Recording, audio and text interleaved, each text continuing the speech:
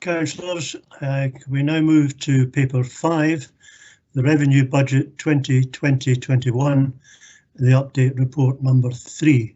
So can I ask Stuart Mackenzie, Head of Finance, to introduce the report? Thank you, Provost, and good afternoon, councillors. This report provides elected members with the latest position on the current year's revenue budget and the estimated impact of COVID-19 upon the council's finances. As set out in section 2, the impact of COVID-19 on council expenditure is currently estimated at £12.6 million, and the impact on income at £6.2 million. In both cases, there has been no significant movement from the totals reported to the Strategic Policy and Resources Committee in November, although individual variances have been updated. The impact on approved savings has reduced by £400,000 to £1.3 million, due mainly to updated forecasts on recycling performance and property asset management. Council tax collection to the end of December is 1.51% down on the equivalent position last year, with 80.66% of council tax collected to date. As we move closer to the end of the financial year, assumptions on non-collection have therefore been remodelled more positively at between 2 to 4%. While still challenging, the forecasts for Live Active Leisure and Culture Perth and Kinross have improved since the last report, with the Live Active Leisure position being reviewed following the extension of the furlough scheme. Together with pressures on the car park trading account and on the housing revenue account, the gross financial impact of COVID-19 is currently estimated to be in the range of £25.5 million to £27.7 million. With the move to Tier 4 restrictions across mainland Scotland, the Scottish Government has introduced a number of additional business support schemes to be administered and delivered by local authorities. The Council has to date been notified of £25.3 million of Scottish Government funding to support the delivery of grants from the Strategic Business Fund. This includes £8.02 million of funding notified subsequent to drafting the report. The Council has also received £831,000 of funding for Local Authority Discretionary Fund, proposals for which are set out in paragraphs 2.31 to 2.35 of the report.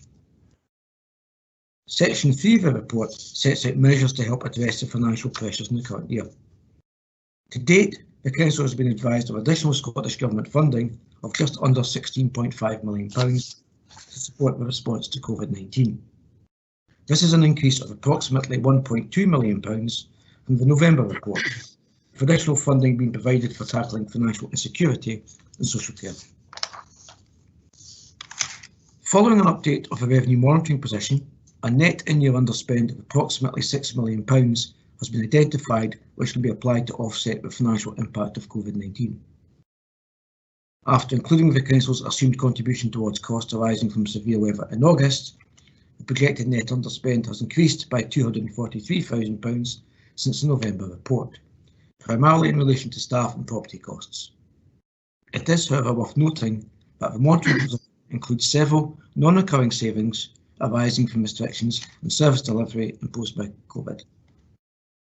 In summary, the updated position for 2021 is currently estimated at between a £1.6 million net underspend and a £0.6 million net overspend. While representing an improvement on the position reported in November, this remains a forecast and is subject to review.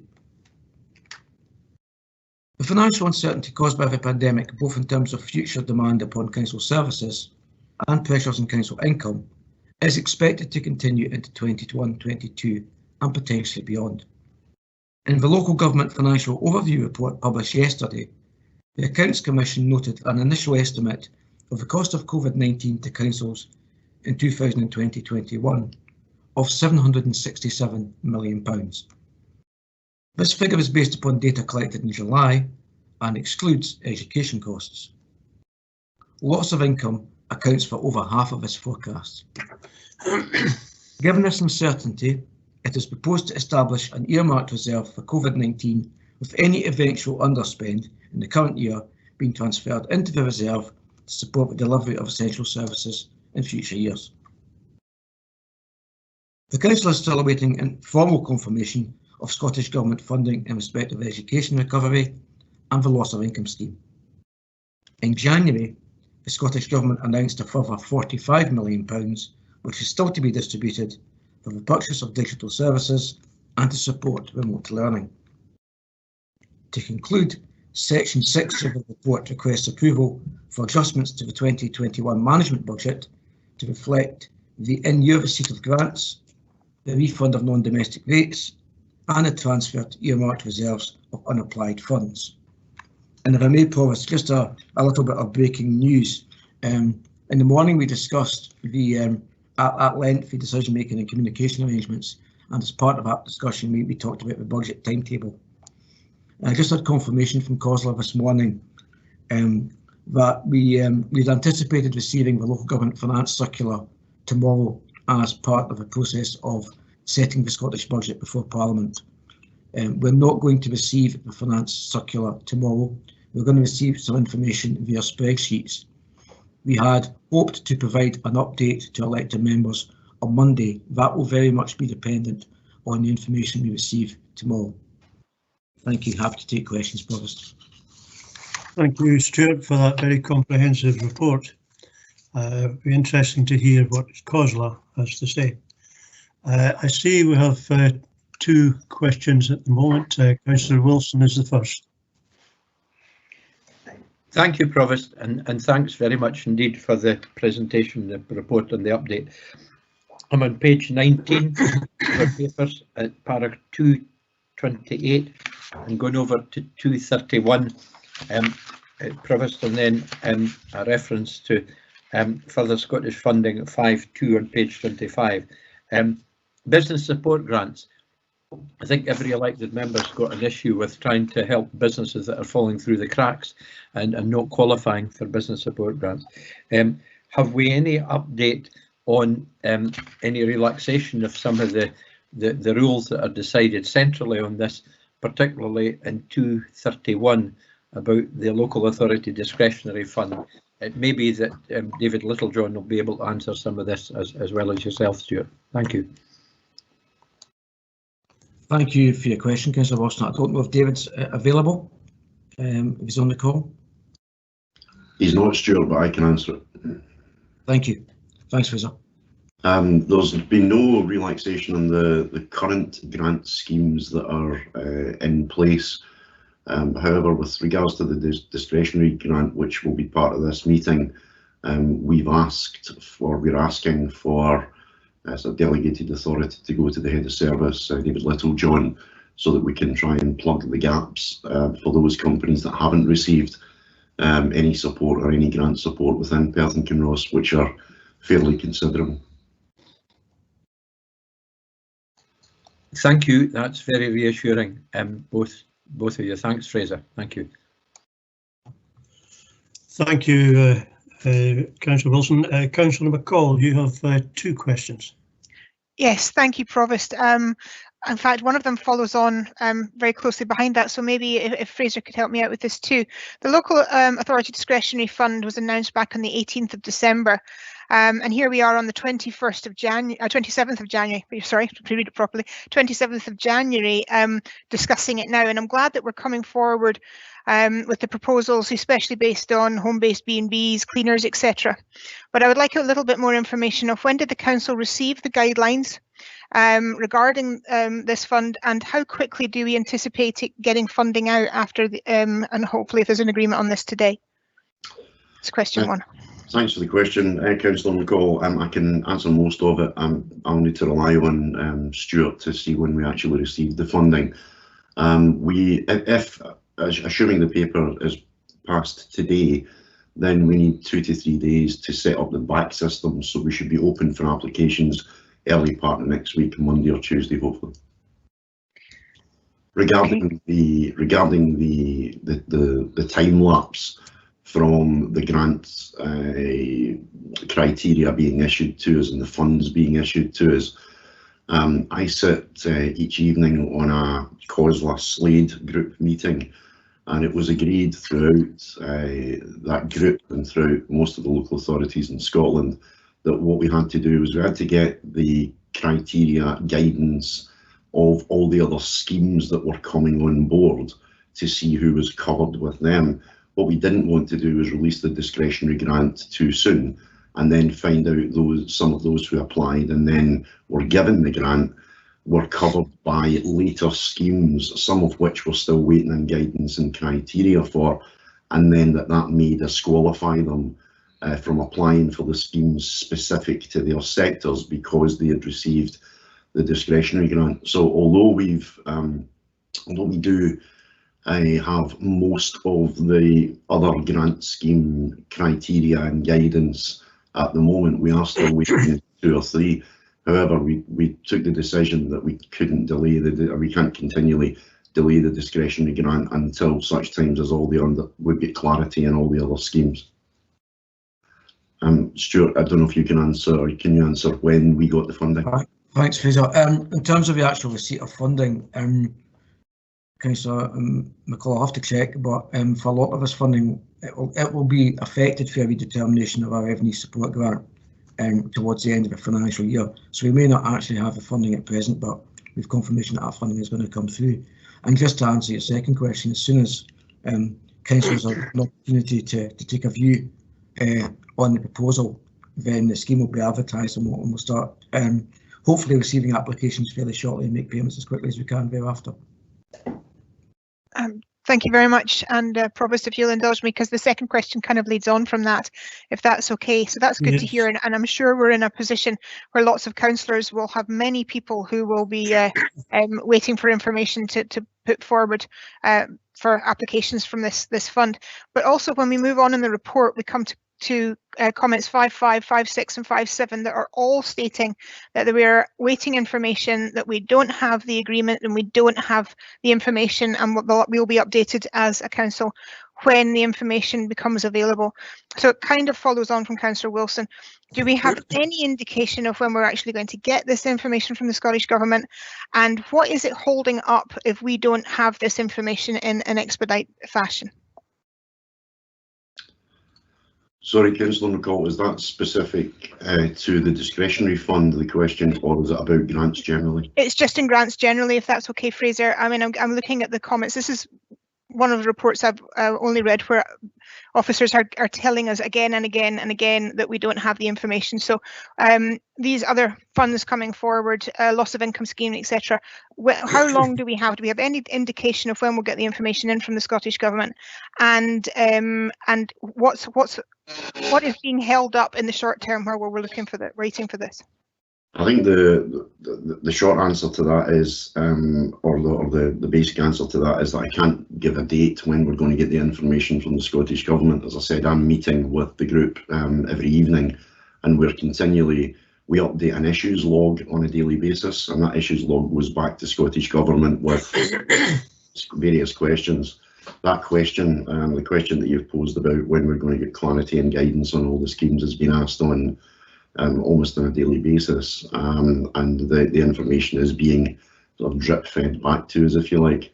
The one thing that I can tell you is that we are currently at this moment in time finalising most of the strategic framework business funding for January, and so far from that we've put out 10.4 million, 9.4 of which was paid to applicants on Monday.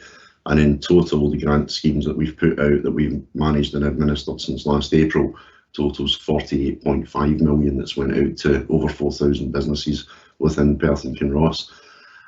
We are just about to launch the restrictions fund next week. The restrictions fund will cover indoor football arenas, travel agents and brewers, and hopefully the discretionary fund, if it's approved today. We're still waiting on guidance and clarity on the bed and breakfast and self-catering funds, which we hope to get within the next 2 or 3 days. And I can tell you that the Scottish Government have taken the decision on the newly self-employed support fund and the mobile close contact services fund. Scottish Government have taken the decision to subcontract that out to a company called We Are Umi, who managed the Perth fund, which we had last summer. There has to be a signpost put up on Procurement Scotland because it's a direct award, so that's going to be about another 2 weeks, or that signing has to sit there for 2 weeks to see if there's any of Umi's competitors wants to sort of raise any questions in respect of that direct award. So hopefully, in summary, newly self-employed mobile close contact services should start in about 2 weeks. Restrictions and strategic ongoing restrictions and hopefully discretionary next week. And then all we're waiting on from the funds that we are aware of are guest houses, B&Bs and self-catering thereafter. Excellent, thank you.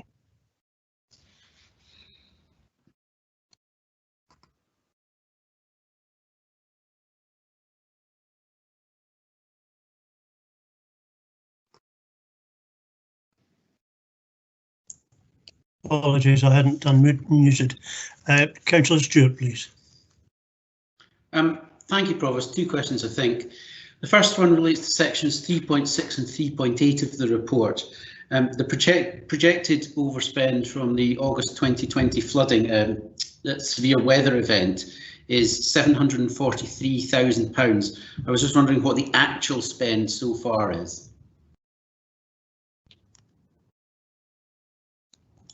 Who would like to take that? Thank you. I'll take the question. Thank you, Provost. Thank you, Councillor Stewart, for your question.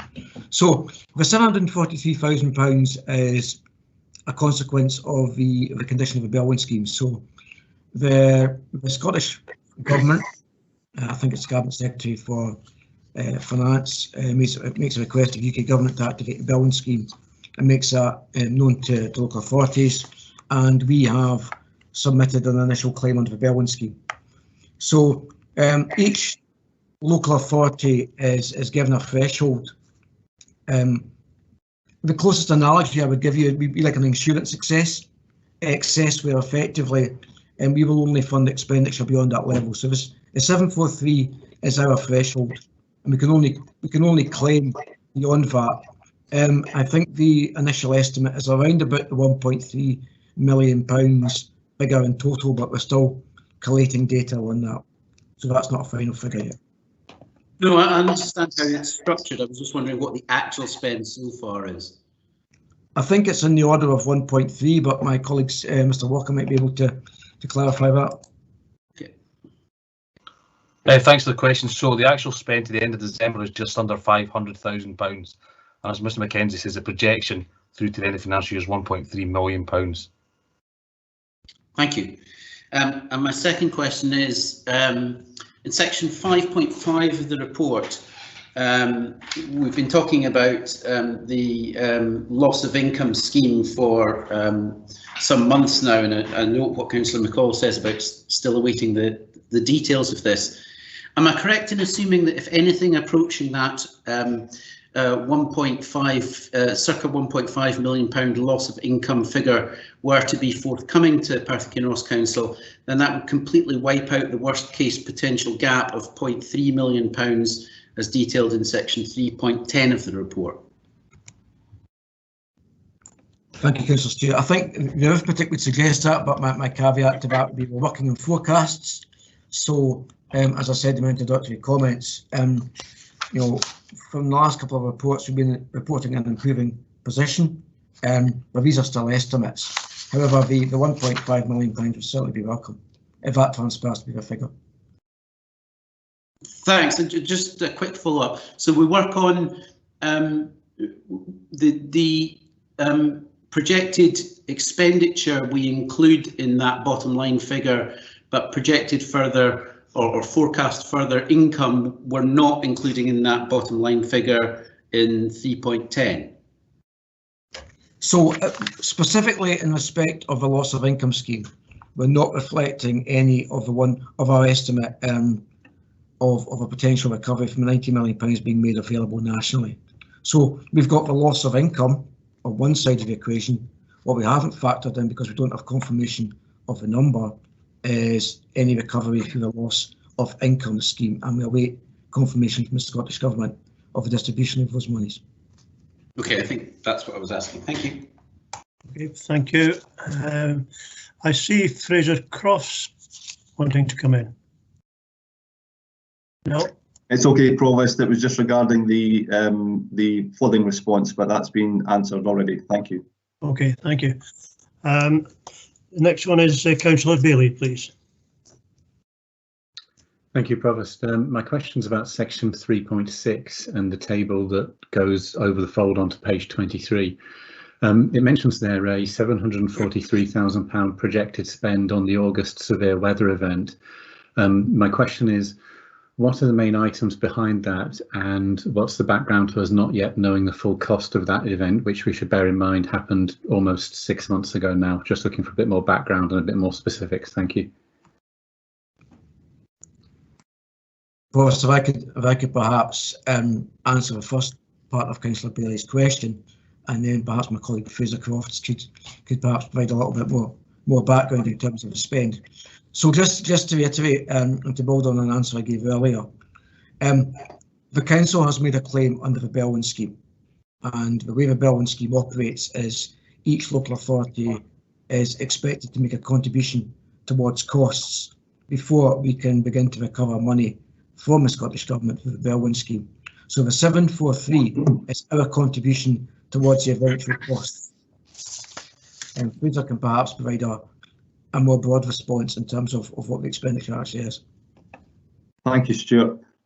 Yes, essentially it's our immediate emergency response to the flooding event in order to make the areas safe. And as Stuart said, at the moment the Belwyn triggers 743k. We anticipate that those costs and the works, which are still ongoing, will increase to around about £1.2–1.3 million. But those are just the temporary repair works. In addition to that, consideration is being given to more permanent repairs, which will be considered as part of the capital budget. Thank you.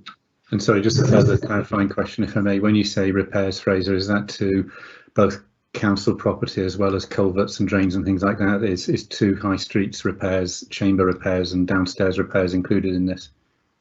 No, that's separate. This relates to the work specific to a number of cases out in the rural areas, Cultucker, Glendevon Bridge and Tullyfergus in particular. My understanding is that the two high street works are being considered through our insurance policy.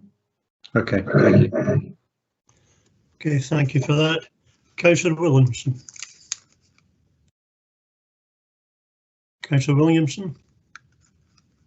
Thank you, Provost. I have two questions. The first question is about 2.8 on page 13 of the report about the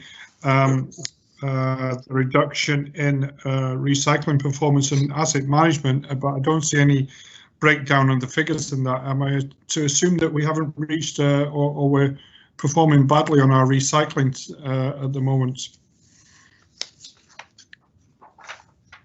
Thank you, Councillor Williamson, for your question. Provost, I'll answer part of this, and perhaps again Fraser may want to elaborate on the response.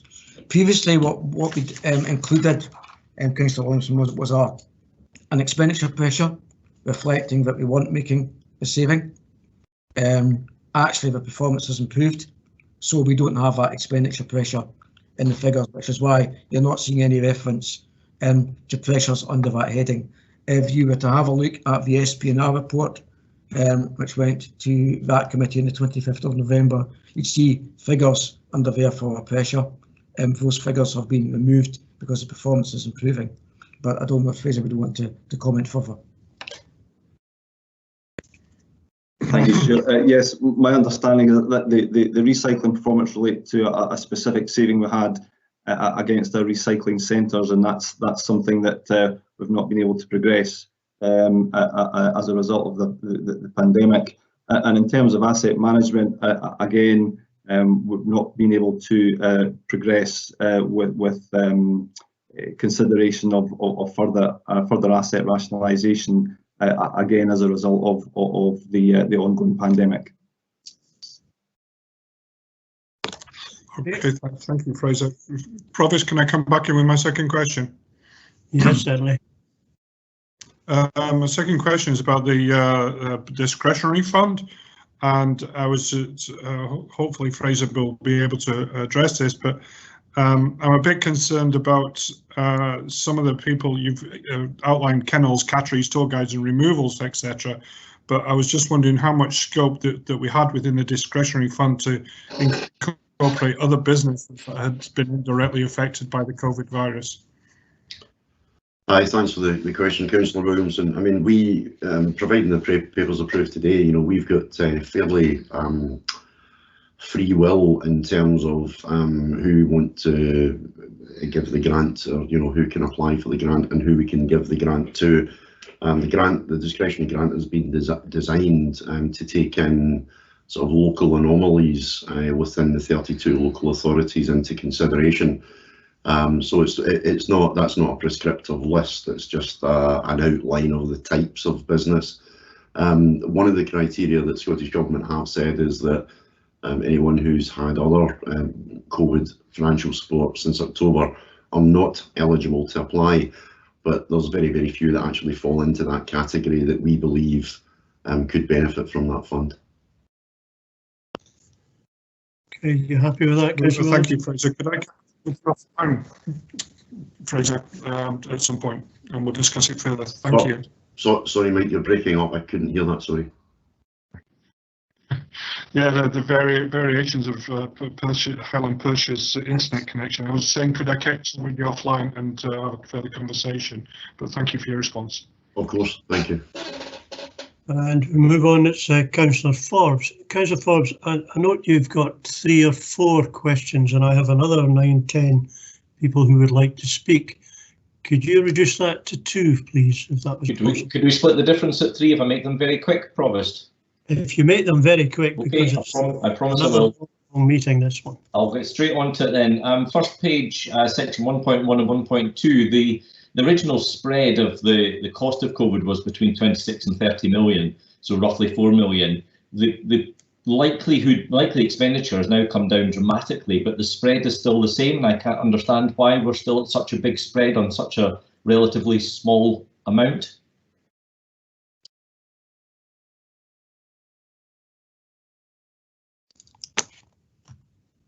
Thank you, Councillor Forbes. Thank you, Provost. Could you give me a paragraph reference, and perhaps I can... Yeah, of course. It's right at the very front. It's 1.1 and 1.2. 1.1, 1.2.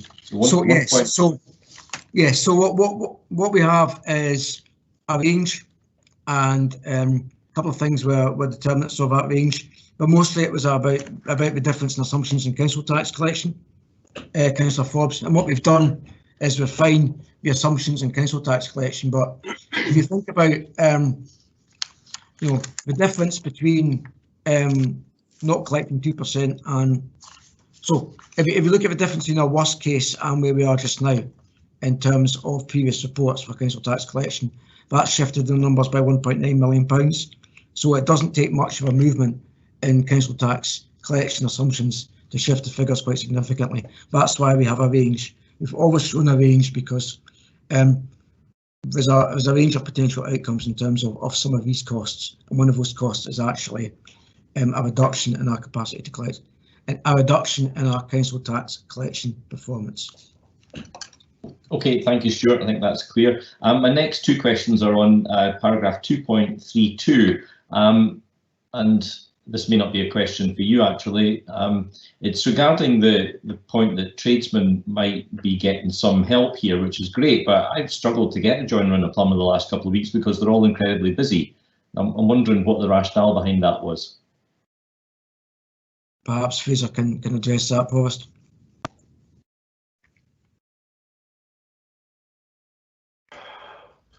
Aye, sorry, we're not, at this moment in time, we're not aware of any funding that's coming out to assist tradesmen. The latest legislation states that non-essential tradesmen at this moment can't work. So that would be, likes of your plasterers and, carpet fitters, painters, etc. However, we do believe that essential tradesmen and plumbers, plumbers and electricians and the like can work, but we're not aware of any funds that are coming out to support non-essential tradesmen at this time. Okay, thanks, Fraser. I'd assumed by tradespeople would include them, so apologies for that mistake. And I think this question, last one, is 2.33. It's probably for you, Fraser, as well. I think you touched on this a minute ago, and it's about the £2,000 grant to businesses that have not received any COVID-19 related grant support. Did you say a minute ago that that only goes back to October? So if, for example, a business had got some help maybe in June or May last year, they could still qualify for this £2,000? Yes, that's correct. Thank you very much. Thank you, Provost. I promised I'd be quick, and I think I was. Yes, thank you for that. Councillor Sarwar, please. I think I was just bringing your attention to the fact that Councillor Donaldson had a question to ask if his chat was still not working at that stage. Okay. Thank you, Provost. Thank you for that. Councillor Waters. Yes, thank you, Provost. Sorry there, you caught me a wee bit off. I thought Councillor Donaldson had a question first. My question is in relation to the Community Investment Fund, and where approval was sought to transfer the 300,000 to the earmarked reserves. Yeah, given the pandemic and its effect on the most vulnerable in our society, and given the remit of our action partnerships and the community investment fund committees, I was just wanting to ask, you know, what are the processes and mechanisms to ensure that this money is available to get to our action partnerships and our committees, to help support the groups that are dealing with the most vulnerable people within our communities, or is it already there? Is it already within the accounts of the action partnerships? I think you could probably get that one, Fraser, is it? Provost, if I can perhaps provide an initial response in terms of what the adjustment is and reflecting, and then there may be colleagues who can comment on the administration of the fund. So Councillor Waters, thanks for your question. This adjustment is really just reflecting the lack of spend or the level of spend in the current year from the Community Investment Fund, for all the reasons that we've been discussing around about capacity and the impact of the pandemic, and also the other sources of funding which are currently in the system. So what this is about is ensuring that money is available in future years by moving it back into an earmarked reserve. So that's what the adjustment is around. I don't know if our colleagues available at the meeting who could perhaps comment further on how the application process or the distribution of this money is actually going.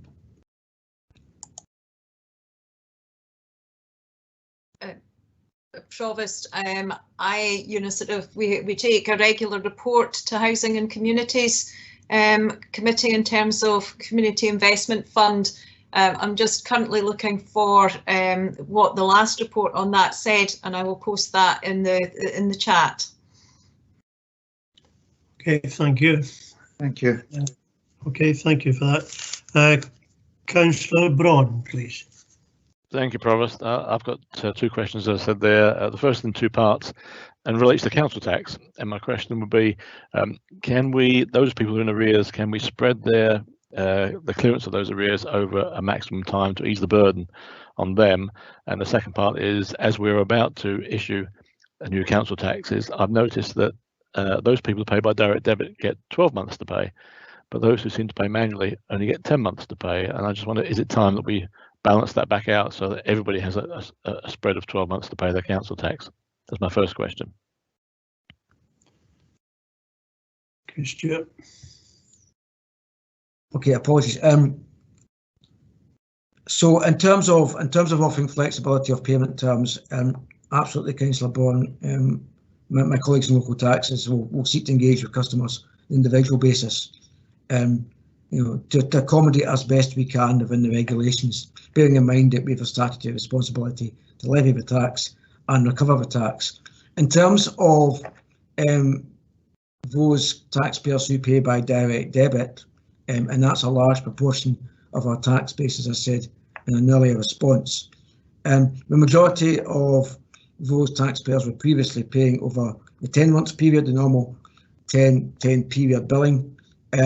Some taxpayers have requested, some customers have requested to pay over an extended period, up to 12 months.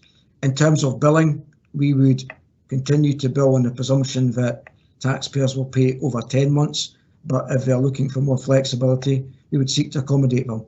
But we would do that on an individual customer basis. And the key to all of this is to maintain that customer engagement.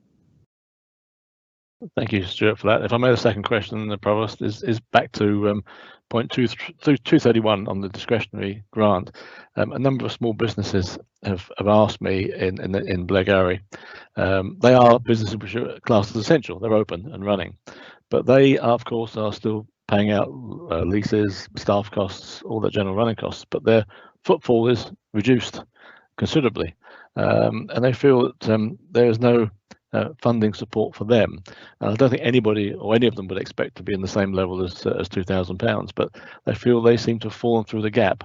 You know, obviously they've got expenditure just as it always was, but just because they're classed as essential and open, they seem to get no support at all. I just wonder if there's any way that could be looked at.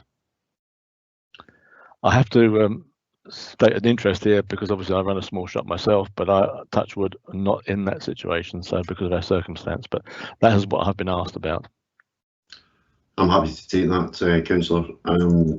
The discretionary grant is, you know, by the very nature of the wording on it, entirely up to our discretion. So, you know, we could elect in individual cases to award a grant to people who are open but have suffered financial losses due to the restrictions of opening or a considerably less footfall, etc. Can I also apologise that my video doesn't seem to be working? I don't know why. So.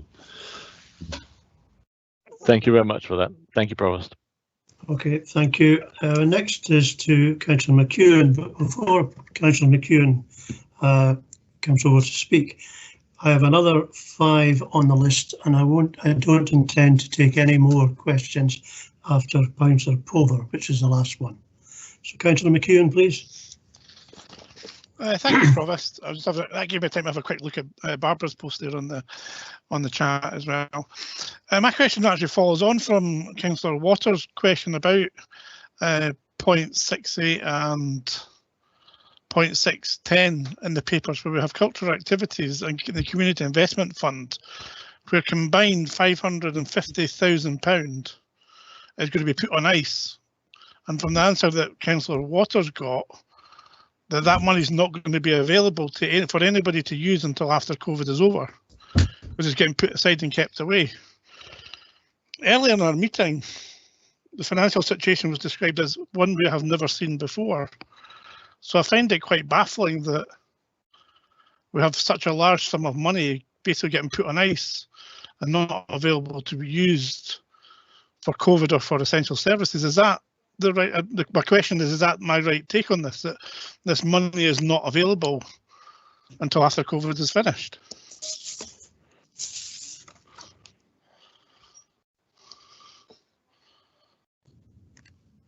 Okay.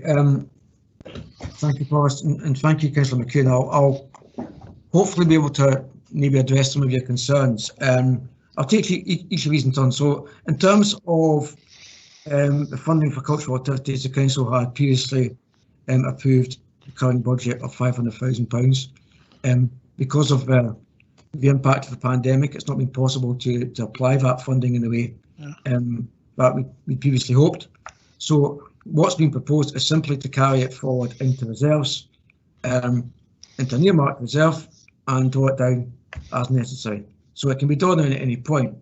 And that's exactly the point about the Community Investment Fund is it's not necessarily to put the money on ice, it's just to ensure that we have a council approved decision so that as officers we can carry that money forward from 1 year into the next for the purposes for which it was approved. So, for example, for the Community Investment Fund, if demands or there was a requirement or there was some specific issue identified which could appropriately be financed from that fund, then that money remains available to the council. This is simply an accounting mechanism to allow us to carry the money forward between financial years at this point in time, based on the level of expenditure which is being incurred in both areas.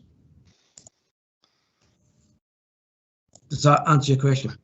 Well, it doesn't. It doesn't. It explains what I understood. I think that if the community investment fund meetings and committees aren't going to go ahead because of COVID and lockdown, then the community doesn't have access to this money. So therefore, the money is just frozen until after we can do these committees again, which is after COVID. But surely, with lockdown, our communities and groups could actually do with some of this money to actually interact with things to do with COVID, to do with well-being, to do with lots of things that we're talking about and that we're trying to pull money towards. This just seems that we're freezing the money and it's not going to be accessible, which I find outrageous. If I may come in. Yes, please. Yeah, if I may come in, my understanding is that local action partnerships are continuing to meet. I certainly know that one met last night. So all we're trying to do is protect the funding and make sure that it is there for that purpose and that the money would be able to continue to be distributed as outlined by yourself. But I think that Karen Donaldson would like to come in from the Eastern local action partnership perspective. Oh, that'd be good, yeah. Councillor McEwen, the Eastern Perthshire Action Partnership met yesterday evening and we were considering a number of grant applications, and specifically one of those was in relation to funding required to support a local group who were continuing to provide food support within the Blairgowrie and Rattray area specifically. And I do know from my attendance at the lead officer groups, which brings together the lead officers and the chairs of all action partnerships, that the majority, in fact, I believe all have continued to meet. The frequency may be different, so I believe they are all still active. In terms of Eastern Perthshire, we had a budget statement yesterday evening, so we still have some funding left in our core budget this year. And we agreed, members of the Action Partnership last night agreed that we would be ensuring that the messages were passed out across Eastern Perthshire that we were actively considering applications for funding where that was directly related to a COVID response. So members who attended yesterday are certainly taking that message back to community groups and to share that widely. And we intend to put a note within the on the council website where the Eastern Perthshire information is, and I would be very surprised if other areas weren't doing similar things. I'm afraid I just don't have that more detailed knowledge about what's happening in other areas in January. So for clarity, the East Perthshire Action Partnership has access to the Ward 3 SIF fund money to use for COVID related issues? Because we are using our core budget at the moment. There are specific provisions around the use of the SIF money, and that is prescribed by council how that could be used. And if there were any requests coming through Eastern Perthshire Action Partnership, then I would be taking that back to through the communities team to the Executive Director of Communities for consideration on how we progress that. I'm sorry, Provost, I've still not heard yes, the Community Investment Fund can be spent by action partnerships, which is basically what I'm looking for as an answer. Well, otherwise we're just freezing the money. There's no other way about it. Sorry, Councillor McEwen, action partnerships are the vehicle for considering requests and making recommendations. The authority to approve awards on the SIF were actually retained by the Strategic Policy and Resources Committee. So that's who can spend the money. That goes back to, we'll go round in circles, but that goes back to my original point that this money's on ice because nobody can access it. And at this time, I don't think it's appropriate. Can I suggest, Councillor, that you take this up with Karen later on, maybe tomorrow, and you can have a chat with her. I'm sure she'll accommodate you. I'm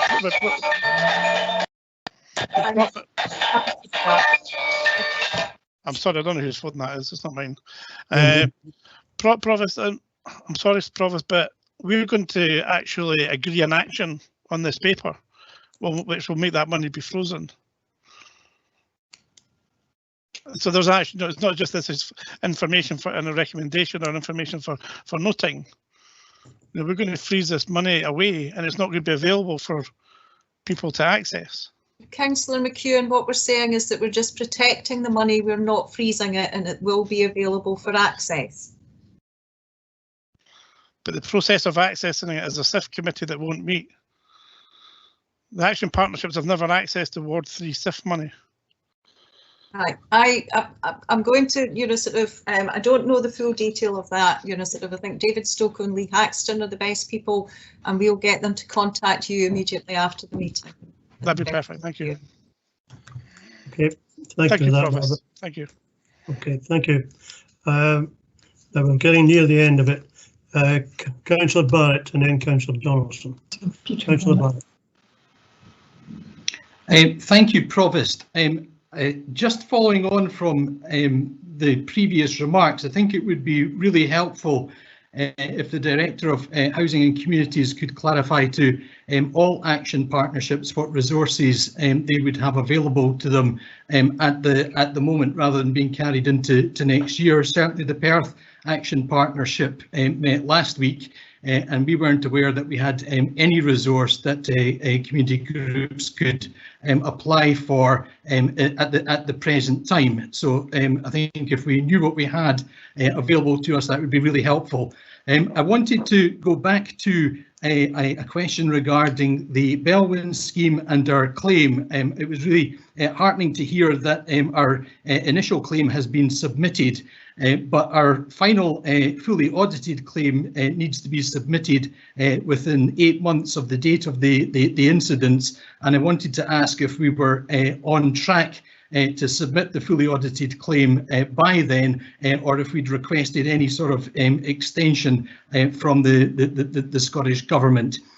So that was my first question, and my second was to ask what are the key planks of our strategy and action plan to maximise the collection of council tax during COVID.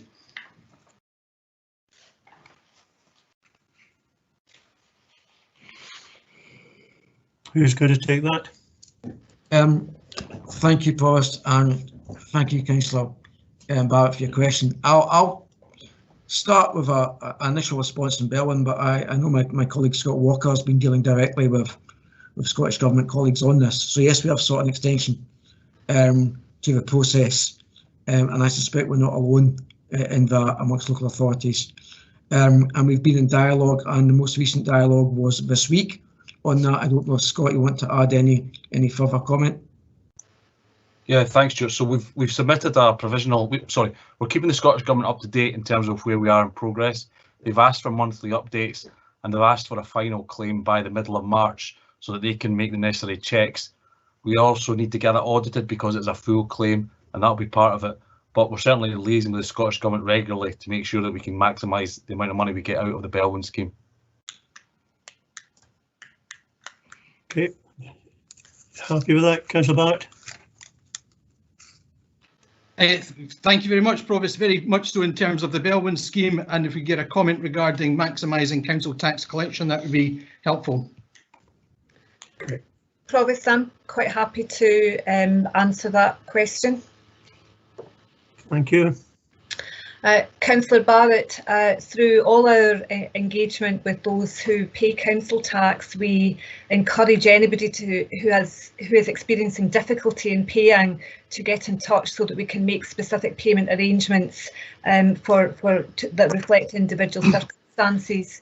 And through our seamless referrals approach, wherever we identify individuals who may be experiencing financial hardship, then we always take the opportunity to check matters such as council tax, ability to pay council tax, so that we can proactively work with people to agree appropriate payment arrangements rather than having them fall into arrears and it to surface further down the line.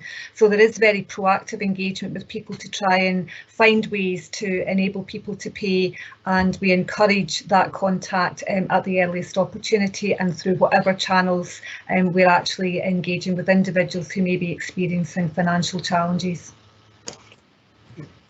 Thank you, Karen. Happy with that, Councillor? Thank you, Provost. Councillor Donaldson, please. Thank you, Provost. First of all, can I thank Councillor Duff for his help in getting me into the chat function. I think he's got the same linkage problems that I've got. Could I turn to, obviously we're almost exclusively focused on the impact of the pandemic, and that's understandable, but there are other matters. Could I turn to section 3.12 on page 24, and we state there on 3rd of March, an economic wellbeing plan is also being developed which will require to be funded, and this will be part of a wider recovery. Can I just ask, will that, and it's not perhaps directed for once to Stuart Mackenzie in the first instance, will that make reference to the impact of Brexit? I'm thinking not just of funding for areas like social funds and LEADER, but also the impact on the wider local economy. Will that be covered? Stuart? Thank you, Provost. I'm conscious that my colleague David Littlejohn isn't on the call. I'm not sure if there are other colleagues who could perhaps address Councillor Dawson's question directly. Hi, Stuart. Thank you. Yes, is the short answer. Yes, that will be taken into consideration. We're already working. We already have an appointed chap in my team specifically looking at export, import, and the impacts of Brexit, and that would be built into the plan. Right, thanks for that, and we wait to see what's put forward on the 3rd of March, because we can't overlook at the Brexit. I will have one follow-up question. Councillor Ros McCall made reference to the various targeted Scottish grant scheme, government's grant schemes, and I'm sure we'll be hearing yet more tomorrow. However, can I ask Stuart Mackenzie, I think here, have we heard anything yet from the UK government about their so-called Prosperity or Co-Prosperity Fund, which from all I can see is in all likelihood going to completely circumvent the Scottish government? Have we got any indications yet, or just, yeah, that'd be helpful. Thank you, Councillor Dawson, for your question. Again, perhaps Fraser may be better placed to answer than I am, but I've not heard anything specific, nor seen any figures quoted around the Share Prosperity Fund. Fraser, I don't know if there's anything. Yeah, same here, Stuart. Nothing concrete. You know, the whispers in the background, but nothing at all. Right, that's what I thought it might be. By the way, Provost, I'll have a comment at the end. Thank you. Thank you, Councillor Parrott. Thank you very much, Provost. The figures at paragraph 3.10 of the paper are heartening in terms of the reduction or elimination of the gap. And the figures and the sort of prospect at paragraph 3.15 of establishing a COVID reserve is welcomed. But I'm just wondering whether, given that we expect to emerge into a new normal as opposed to the old normal, is there any work ongoing in terms of identifying ongoing additional costs of that new normal? And I'm wondering how those might be represented as pressures in the budget process going forwards. Thank you. Okay, Stuart, I think you're probably better on that one, are you? Happy to take that question, Provost, and thank you, Councillor Parrott, for your question. Absolutely. One of the pieces of work we're currently doing with colleagues is looking at what we're calling non-recurring issues, and that's more perhaps an aspiration and hope rather than any certainty. But we're identifying a range of potential issues which will require to be addressed for 21-22, but how long term those issues will be going forward, we're not entirely sure at this point in time. So that's the pressures on income, but there's also pressures on service delivery arising from that, and from the Council's response to COVID and how that's being prescribed by the Scottish Government and other agencies. So yes is a short answer to your question.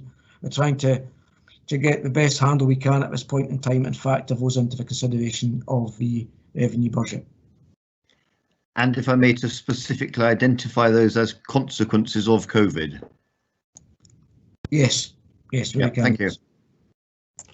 Okay, thank you, Stuart. Councillor now, Councillor McCall, and then we'll have Councillor Pover, and that will be the end of kicking the ball up and down. So it's Councillor McCall, please. Sheila? Yeah, didn't think it was me. Well, it's not Sheila. No, it's not me. I have no question. It's Royce. It's Royce. Yeah. Sorry, Provost, I asked my question at the beginning. Yeah, I don't know how you've ended up in here because I've got them in a line. Yeah, so, no, I responded to in thanks to Barbara, okay, who had put a comment on that. That's all. No, I have asked my question. Super, thank you. Councillor Pover, the last one. Thanks very much, Provost. I'll refer to page 18 and 2.26, the item on crisis grants. And it says, as of the 31st of December 2020, the Council has received 4,735 applications for crisis grant funding. Of those applications, 3,178 have been paid. And I just wonder, is the Scottish, it's just a point of clarification, is the Scottish Welfare Fund in addition to the Business Support Grant? And if it is, who would be in receipt of the Scottish Welfare Fund?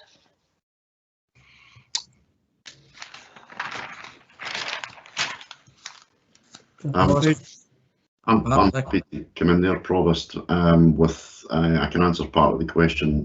It's two completely different schemes. I'm not familiar with the second part of it, but it is separate to the business support grants that are being implemented at the moment. That's good. I was just curious to know who would be in receipt, if it's not part of the list on the next page, who would actually be in receipt of the Scottish Welfare Fund. I don't know, sorry. It's not something that I've been involved in. Okay. Councillor Pover, perhaps if I can provide a little bit of assistance. It tends to be individuals and families in dire financial straits, quite often with no access to other public funds, and it's relatively small amounts of money. If you do the arithmetic, you're looking at payments on average of around about £100.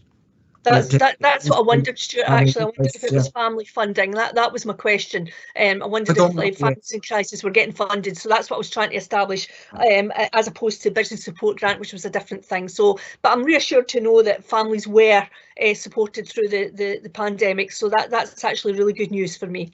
Thank you. Okay. Thank you. That was the last question, and thank you everybody for your forbearance and your questions. Can I now ask Councillor Lyle to move the report? Thank you very much, Provost.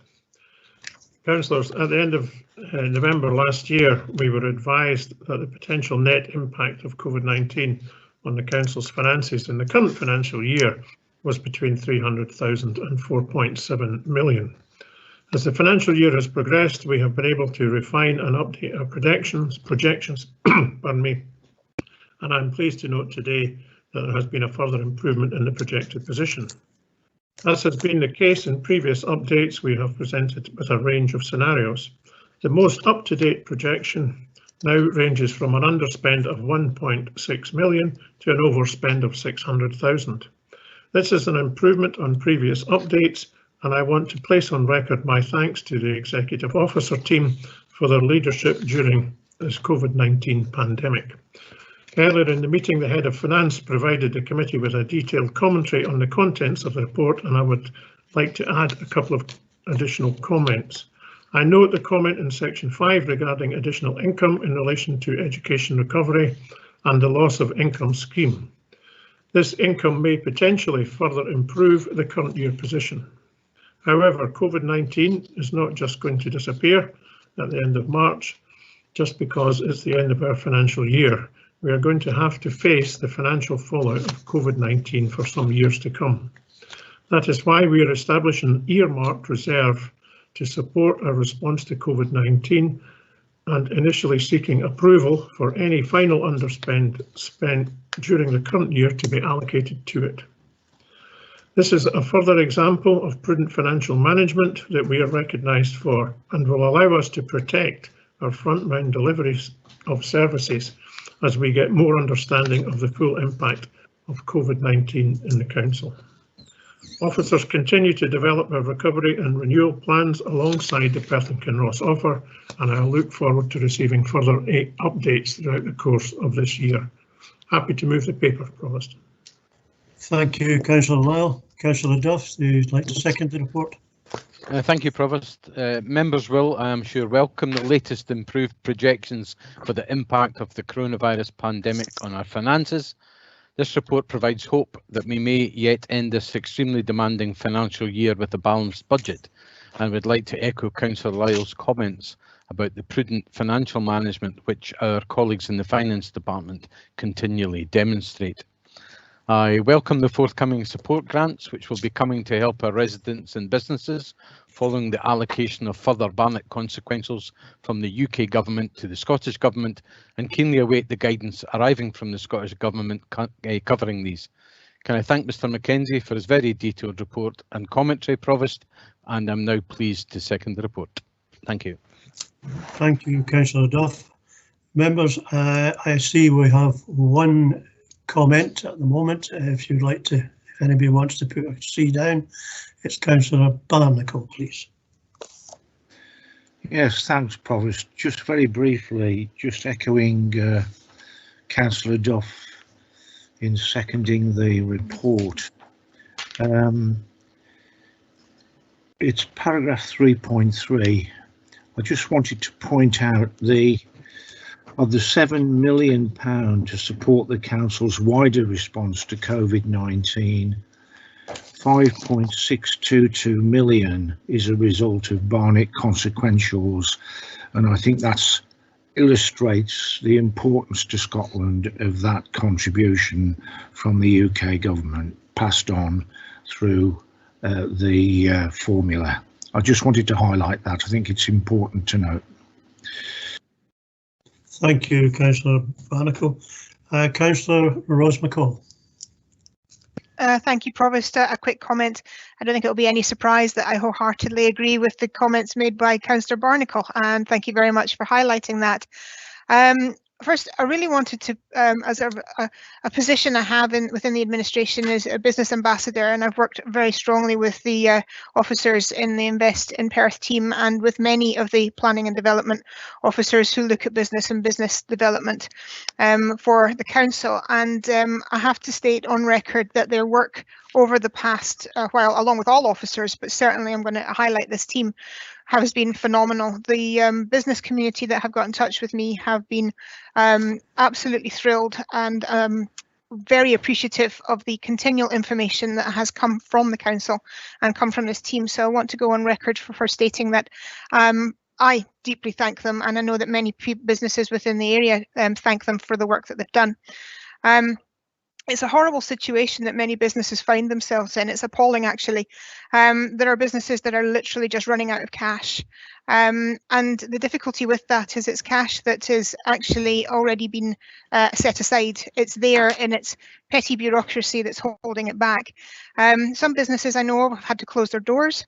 And that's meaning that families are looking at tough financial decisions, and they have the increased stresses and worries that come along with having money worries, and that obviously puts a strain on their own mental health.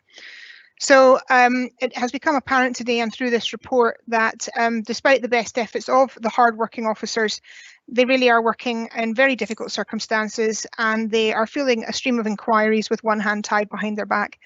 And it is a terrible situation that they find themselves in. So I am really hopeful that we get additional information and additional support out for businesses as a matter of urgency, because businesses aren't just some cold, hard entity. They are made up of people, and people who do a job, and those people need that security moving forward. And I wanted to make that comment. Thank you. Thank you, Councillor McCall. Councillor Forbes, please. Provost, I think Councillor Donaldson was ahead of me. He asked right at the start, so I'm happy to let him go first. Well, he's down on the list to come next, so you just carry on. Okay, thank you, Provost. Thanks, Provost. I want to start by, as Councillor McCall has just said, thanking Fraser, Kirsty and all their colleagues back in the team who are working so hard to try and get this funding out the door. And can I ask Fraser to please take the thanks of myself and the administration back to the team for that.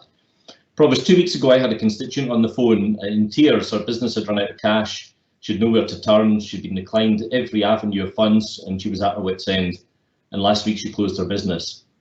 So last year she'd seen Scottish Government announcements about money that would be distributed through councils and she thought this was her saviour, yet there's still no money, and we know that is because the Scottish Government have not decided on the criteria. Seems to me, Provost, this has been an unmitigated disaster by government, delay after delay which will cause businesses to go under. These are not fat-cat tax-dodging businesses, Provost, these are small family businesses. They employ our residents and they pay their way. These businesses deserve our support. The money came from the UK government months ago and it's still not in the hands of our businesses. And then, in case there's any doubts about the delays, I'm just going to quote a few paragraphs. 2.2 says the parameters have not been set by the Scottish Government. 5.5 says indicative allocation of 1.5 million subject to confirmation. 5.6 says the distribution of this funding is still to be agreed. 5.7, when further information becomes available.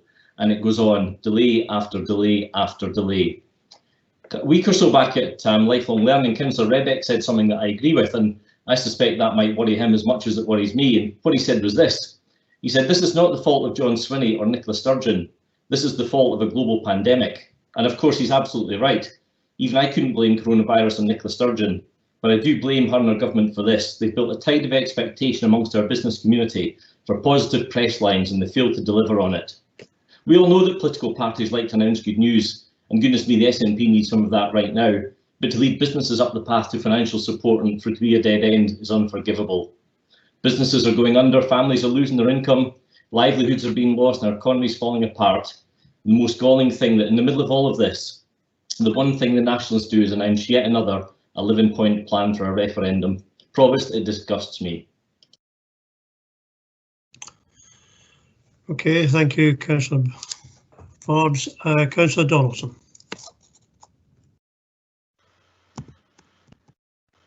Thank you, Provost. I think that was maybe from Councillor Forbes fairly predictable. Can I just say clearly on the revenue budget, there are a number of variables still to consider. The Scottish Government tomorrow, and we may have further updates on the various targeted schemes, and there's a whole range of them. I certainly don't view it as an unmitigated disaster. I think we've got to hear from the UK government in the budget on 3rd of March. But I do pay tribute to, in particular, the finance team, because we seem to have now effectively closed the gap on funding for the current year. My concerns are more in respect to the revenue budget for 21-22, and lots of uncertainties there. I thought what Lisa Simpson said earlier on, though, is that we can, during the course of the year, adjust the 21-22 budget if there's a material change in circumstances, and I think that these are important words. I did make the point, I'm very pleased officers have stated that we will have reference to Brexit on the 3rd of March in the Economic Wellbeing Plan. I think that's vital, because it's the impact not just on funding from the European Social Fund on LEADER, but for areas such as quite clearly agriculture, seed potato farmers, for instance, for tourism and hospitality, for the care sector, and I'd also add in the financial services sector, a company like Aviva is much more restricted in being able to passport its products into the European single market. And there was nothing in the Brexit agreement on services. The I know there's been reference made. I think the other thing is the whole thing on the various support grants, this unmitigated disaster. We're also told about the Barnett consequentials. Let's remember on Barnett that that is funded by money paid in by Scottish taxpayers. That's paid through the tax system that goes to the UK government, then comes back to Scotland. It's not some great act of generosity. It is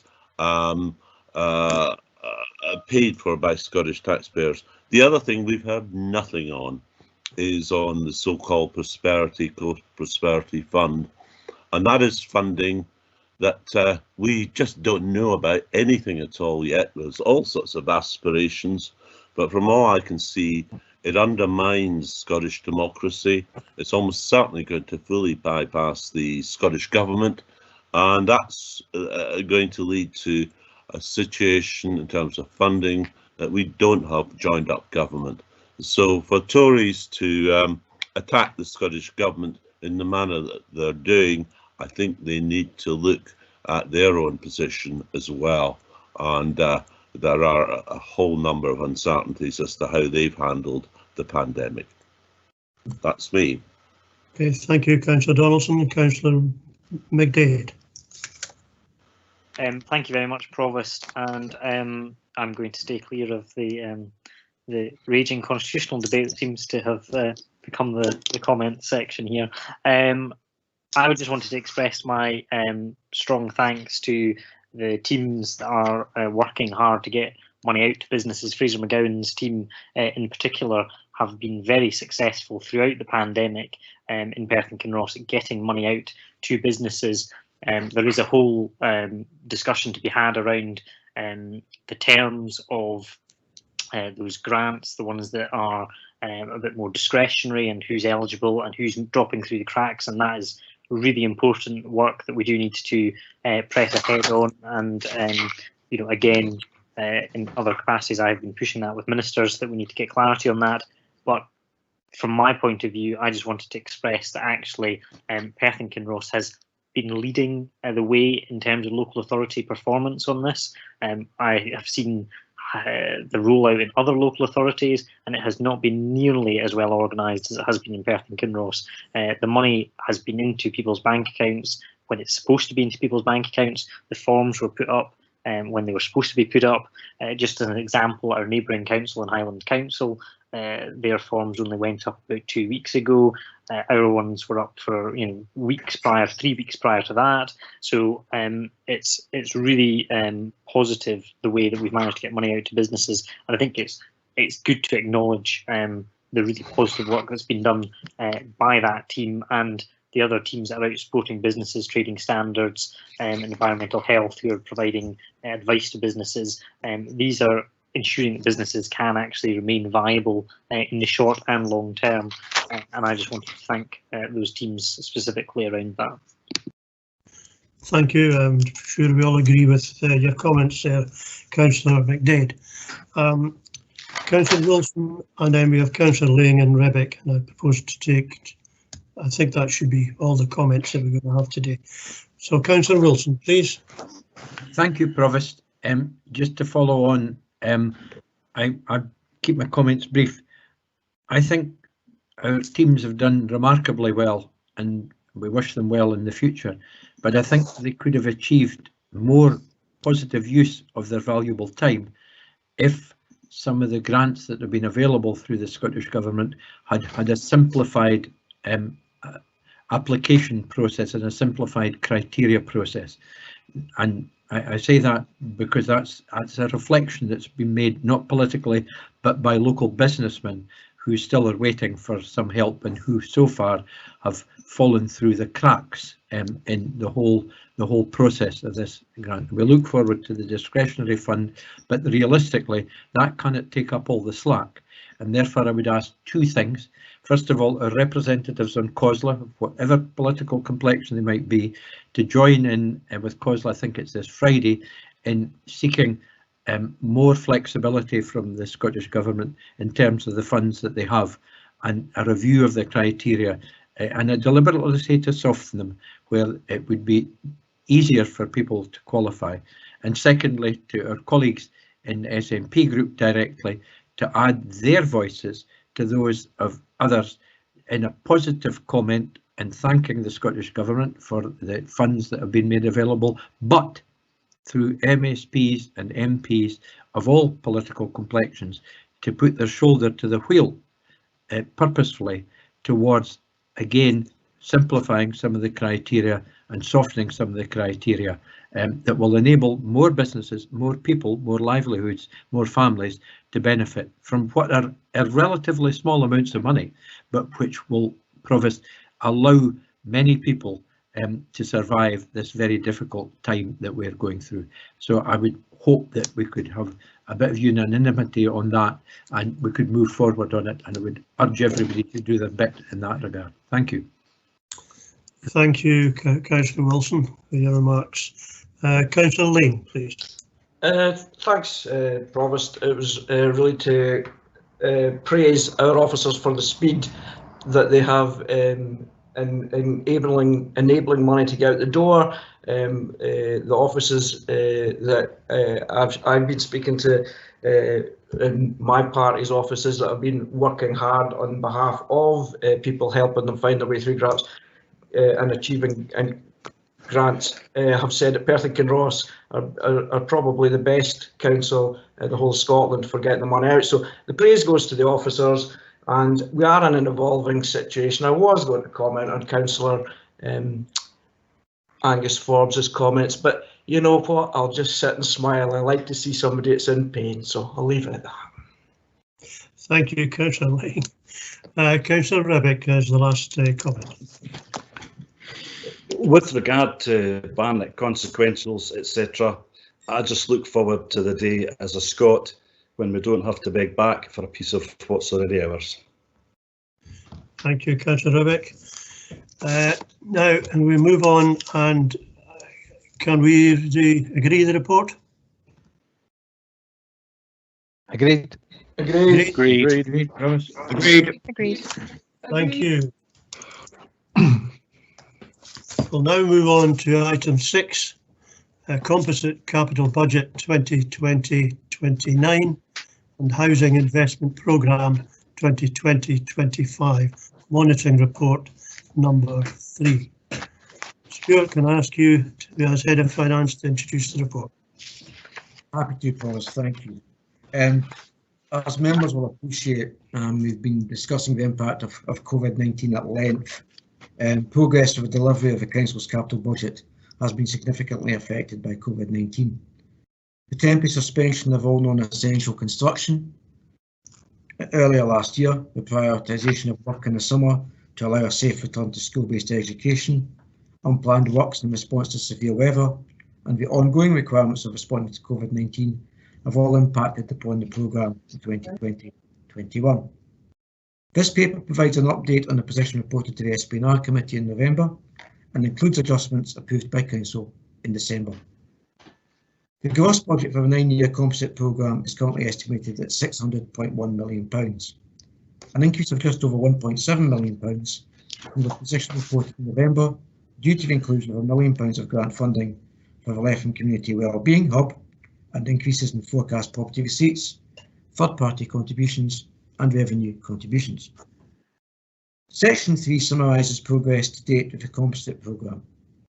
Net expenditure to the 31st of December is £17.4 million, or 49% of the proposed revised budget for 2021 of approximately £35.7 million. And this compared to the original budget for the current year of £69.6 million. Proposed adjustments to programmes of works and individual projects are detailed in appendices 1 and 2 to the report. The overall pattern, however, is a requirement to rephase planned expenditure into next year and future years in light of the impact of COVID-19. Priority has been given to the delivery of place-based schemes to meet the conditions of grant funding and to property improvement works. There has also been an acceleration of expenditure on the traffic signal renewal programme. The Council has activated the Belwyn scheme and intends to claim for all eligible emergency works being undertaken to address damage caused by severe weather in August. And as we've said, the first £743,000 of costs which require to be met by the Council have been included in the report on the revenue budget. And the Perth City Hall project is anticipated to reach financial close in the next few weeks, with works commencing in the spring. Section 4 of the report summarises progress to date of the housing investment programme. The approved budget for the 5-year housing programme remains unchanged at £68.6 million. Net expenditure at the 31st of December on the programme amounts to £7.5 million, or 49% of the proposed revised budget for 2021 of £15.3 million. And again, this compares to the original programme budget for the current year of £16.5 million. There are proposed adjustments to the new build programme, to the environmental improvements programmes, and to accelerate expenditure on rewiring, infrastructure and property refurbishments. Happy to take questions. Provost. Thank you, Stuart. Very comprehensive as usual. Are there any questions? I see there is one from Councillor Barnacle. In fact, he has 2 questions. Councillor Barnacle. Thanks, Provost. Quite brief questions, 2, yeah. One is in relation to paragraph 311. This is the funding of the increase to the budget for Perth City Hall from slippage in the current year programmes. Whilst I am happy to support the Perth City Hall situation, as I did at the previous meeting, there's a point in there which talks about I know Councillor Stewart expressed concern about the structural maintenance slippage, but also it mentions £68,000 net of income from unadopted roads and footways, and I have a scheme in my ward which has been ongoing for a while. It's delayed implementation by COVID, where everybody's signed up for it in terms of a contribution. So I wouldn't like to see that budget go, is the point I'm making. And I can't read Appendix 2, it's too small, but I'd like some assurance that that budget is still there for a scheme that I've been discussing with officers. That's question 1. And question 2 relates to the housing improvement programme. I notice in paragraph 4.4 that there's no mention of any sites in Kinross, and that's because there aren't any for the next 10 years in the rural villages of Kinross, because housing say there's no demand for it. I don't know a single community council in my ward who agrees with that comment, so I'd like a response to that. And why aren't we having an affordable housing MOG to address that issue? Okay, Stuart on the first question, I think. Thank you, Provost. Thank you. Sorry, I would suggest Fraser Crofts and then Claire for the second question, Provost. Okay. Thank you, Provost. Thanks for the question, Councillor Barnacle. Regarding the unadopted roads and footways, clearly we would look to commit to any existing programmes that are in train. I don't have the detailed budget myself in front of me here. I can't see it, but as I say, we would commit to any schemes that we have in the pipeline at the moment. Okay, thank you. Who was taking the next question? Claire Mailer. Claire, was it? Claire, are you there? Thanks. Yes, I'm here. Thanks, Claire. In terms of the response and the question regarding new build and the developments within the Kinross area, what I would say is certainly the information that we've got within the report today is based on current developments that are underway. We're taking to Housing and Communities Committee next week the new proposed strategic housing investment programme that will outline sites that we have got available. As Councillor Barnacle, as you are aware, we continually struggle in terms of the acquisition of sites.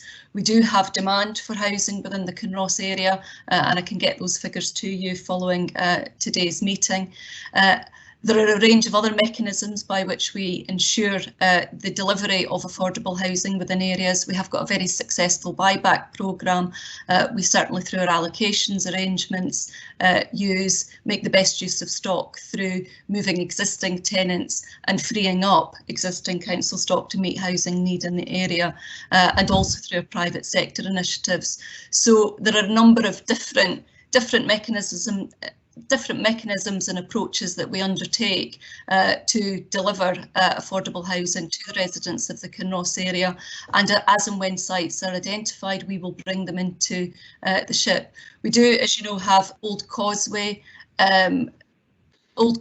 Court, I think it is, within the Kinross area that has got 8 units identified within it, and within the SHIP we've also got an additional 16 units identified within the Milnerthort area. So we're continuing to proactively pursue sites wherever we can. We have got some in the pipeline, but through a wider range of mechanisms other than the new build programme, we're continuing to meet the demand for housing within the area. Thank you very much, Claire. And Stuart. Provost, could I come back with a short comment on that? Yes, certainly. I'm really focusing on the rural villages, not the borough towns, because what's happening is that people have to move from their villages to the towns because there's no affordable housing being provided in the villages. That's the main point, and I'd like to see the housing department address that issue. That's all I'm saying. Okay, there's just a bit of leeway there for you. No more. Sheila McCall, Councillor Sheila McCall, please. Thank you, Provost. I have 2 questions I promise will be brief. My first question is in relation to PH2O, which I see this paper is silent on. And when we last discussed the capital budget, we were given some assurances that work was ongoing to develop, to continue to develop the future plans for that site and for the replacement of the current leisure pool and Dewars Centre. So I'm just wondering if officers are able to give me a verbal update as to what progress has been made and when we might start seeing some provision for the PH2 project in the capital budget. And my second question is in relation to housing, so I can ask it now or separately. Let's have the first one first. Who's going to take that? Provost, I'm happy to give an answer to that question. Thanks, Karen. Councillor McCall, work is ongoing as best we can at this point in time in terms of looking at funding solutions for PH2O. There isn't anything that I'm able to share within a public forum at this stage, but officers are working as best they can, given all of the constraints that we've discussed, exploring different avenues, and I would hope to be able to bring forward something for discussion to elected members at the earliest opportunity. I don't have a firm timescale for that at this stage, but I am the chair of the Strategic Investment and Improvement Board that has oversight of capital projects and development of the investment blueprint, and it is something that we have discussed, but at this stage there isn't anything that I can share within a public forum. Thank you. Thank you. Thank you, Karen. Claire, could you help? Sorry, can I ask my second question, please? Go on then. Thank you. My second question is in relation to Appendix 3 on housing. I noticed that Beechgrove Perth is listed there with zeros against it, and I seem to recall that there was a commitment to develop an options appraisal about the future of that site. So I'm just wondering if that is in progress. I understand the properties at Beechgrove House are in use, and if that can be confirmed too, that would be helpful. Thanks, Sheila. My apologies for my senior moment there. Okay. Claire, can you answer this question for her?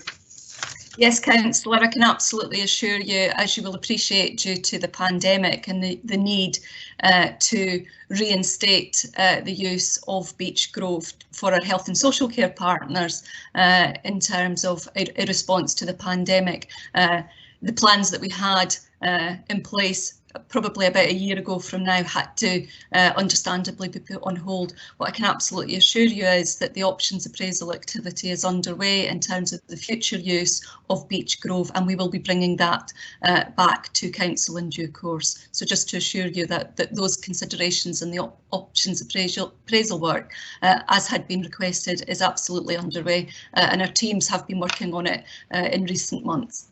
Thank you, Claire. Okay, thank you very much. Thank you, Provost. Councillor Donaldson. Thank you, Provost. I'll be brief for this time. Can I ask Stuart Mackenzie, it's 2.1 and the table that's shown there, because it really is quite dramatic, and I think it's even more pronounced compared to the last monitoring report.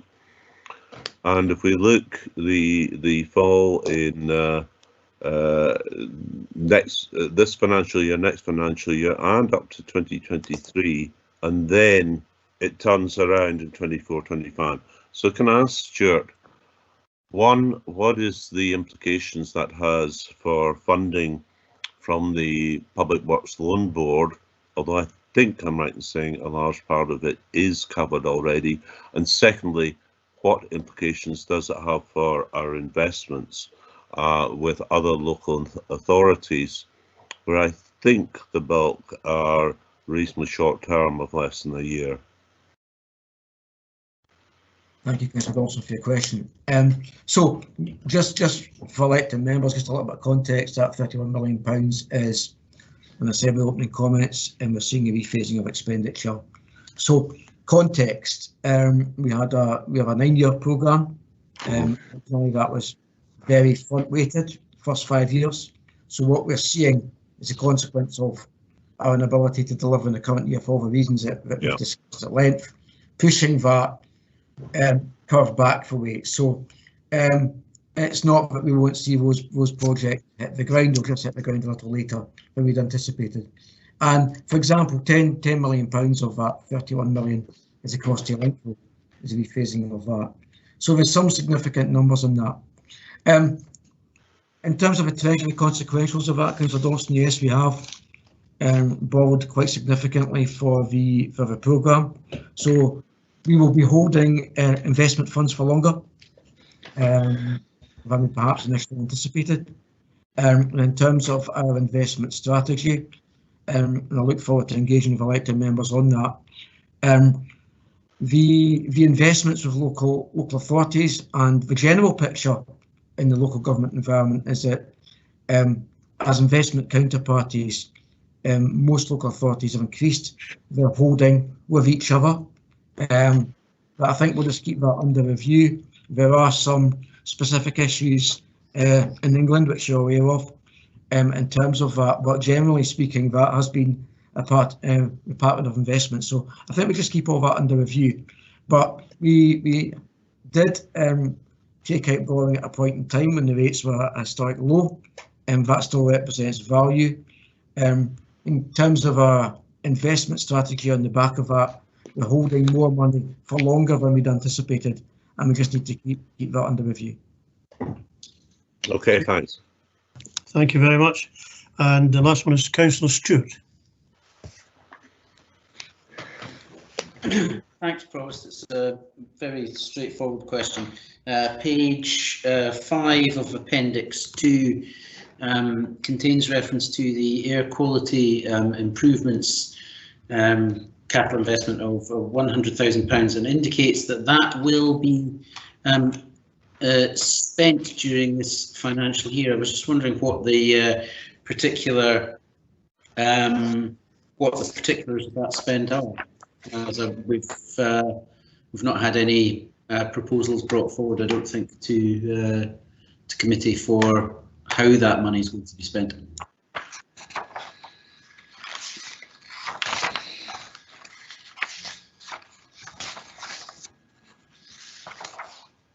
Again, I wonder if Fraser could answer that question.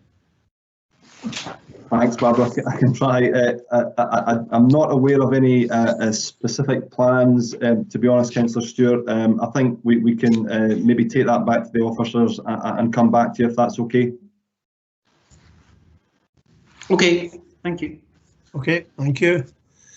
As there are no more questions on the chat, one at the end.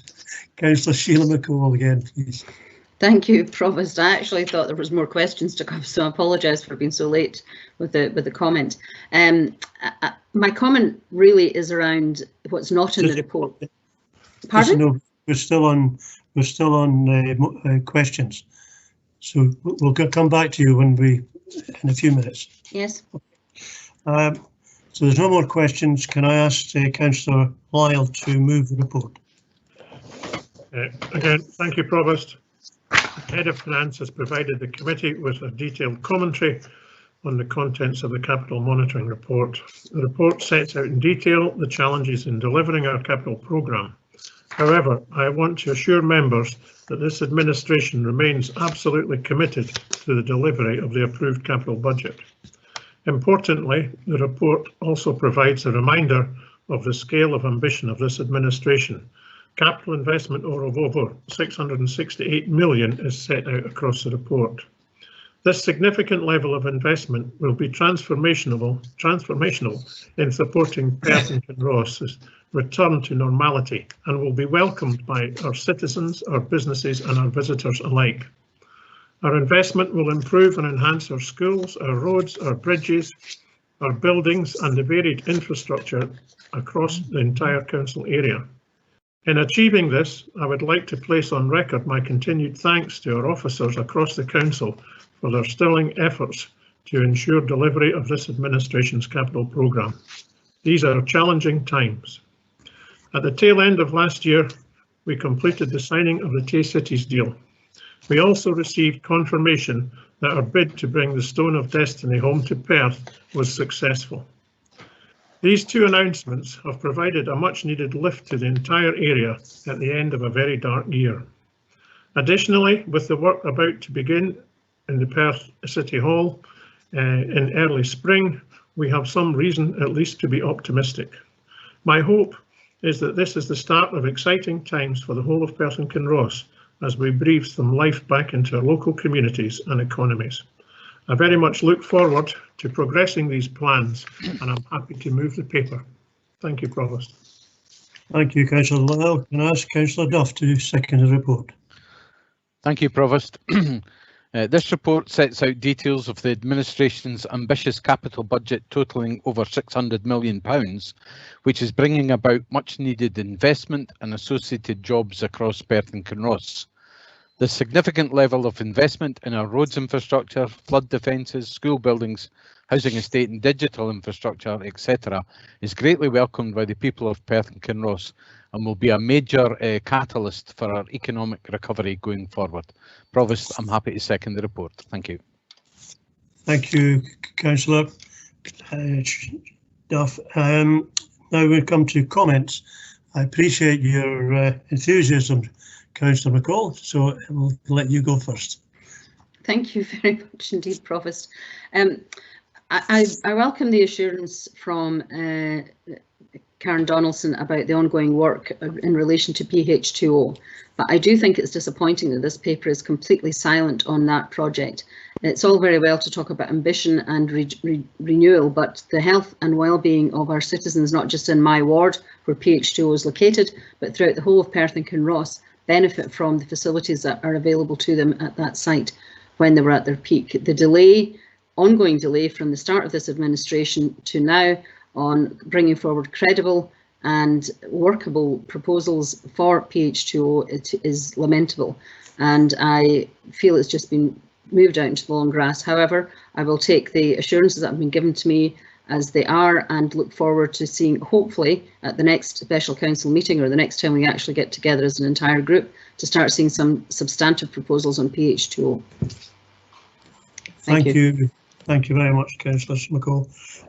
Councillor Lane, please. Thanks, Provost. It's on a similar issue about the non-progress that we seem to be seeing with PH2O and some other capital projects, which I remember back to 2017, or maybe it was 18 actually, when Councillor Dugan asked the Leader of the Council then, our colleague Councillor Campbell, what the administration's aims for the capital budget was, and it was to take forward the existing capital budget on time and on budget. I think we've singularly failed that. It's also interesting when we talk about council decisions that are maybe unpopular, they are decisions of council, but all these capital projects are projects for the administration. Just a little point. Okay, thank you, Councillor Lane. Are there no more comments? Can we agree the report? Agreed. Agreed. Agreed.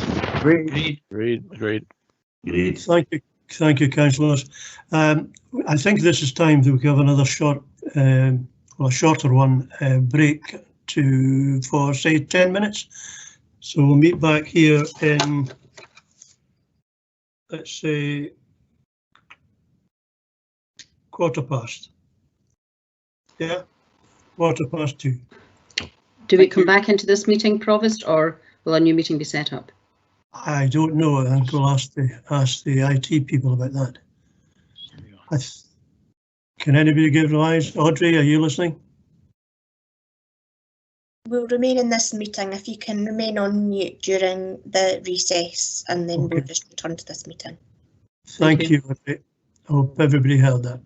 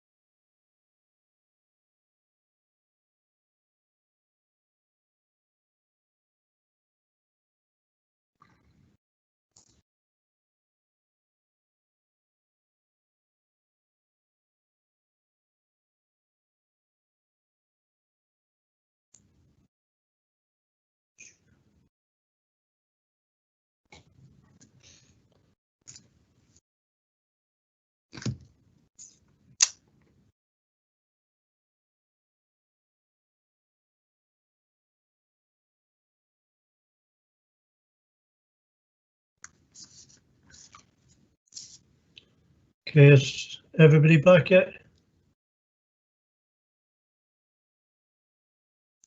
Nope, Audrey's probably going to. Provost, it's only 14:14. I make it right on the quarter with my Christmas watch that Libby gave me.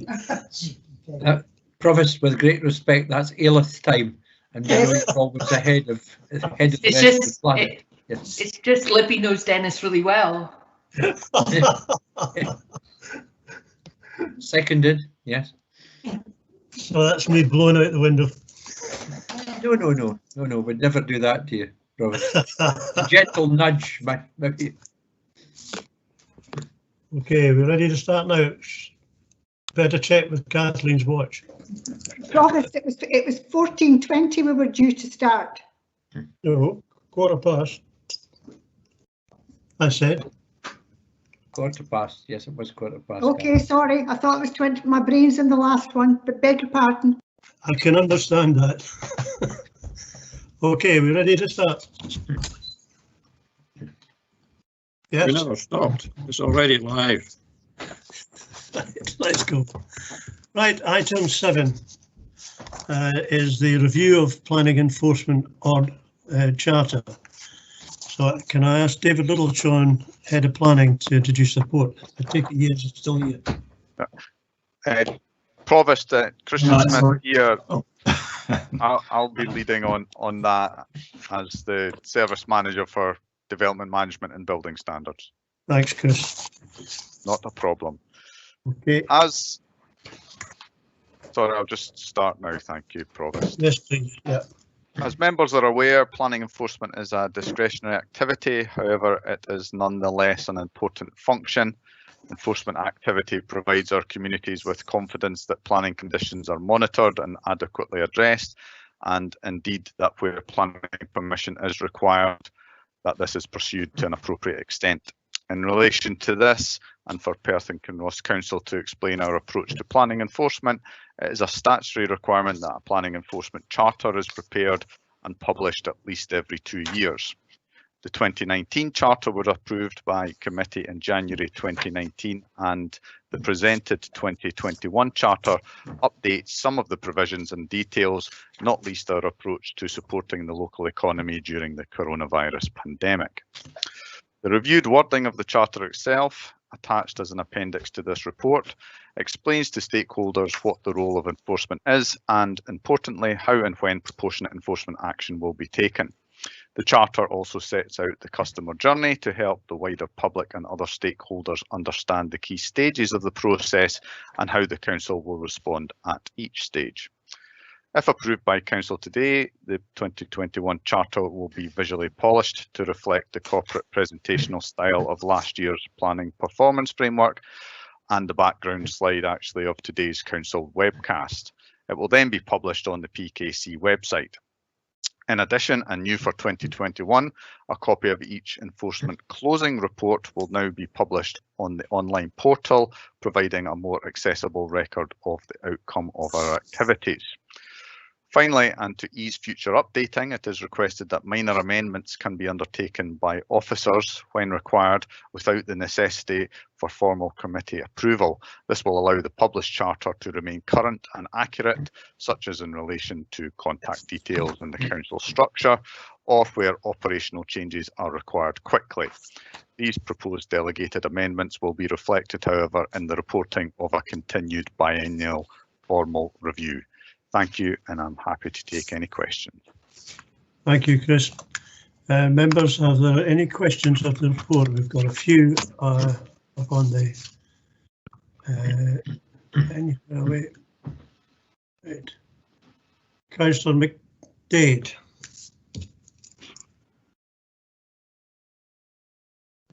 Sorry, Provost, I don't think I've made a request.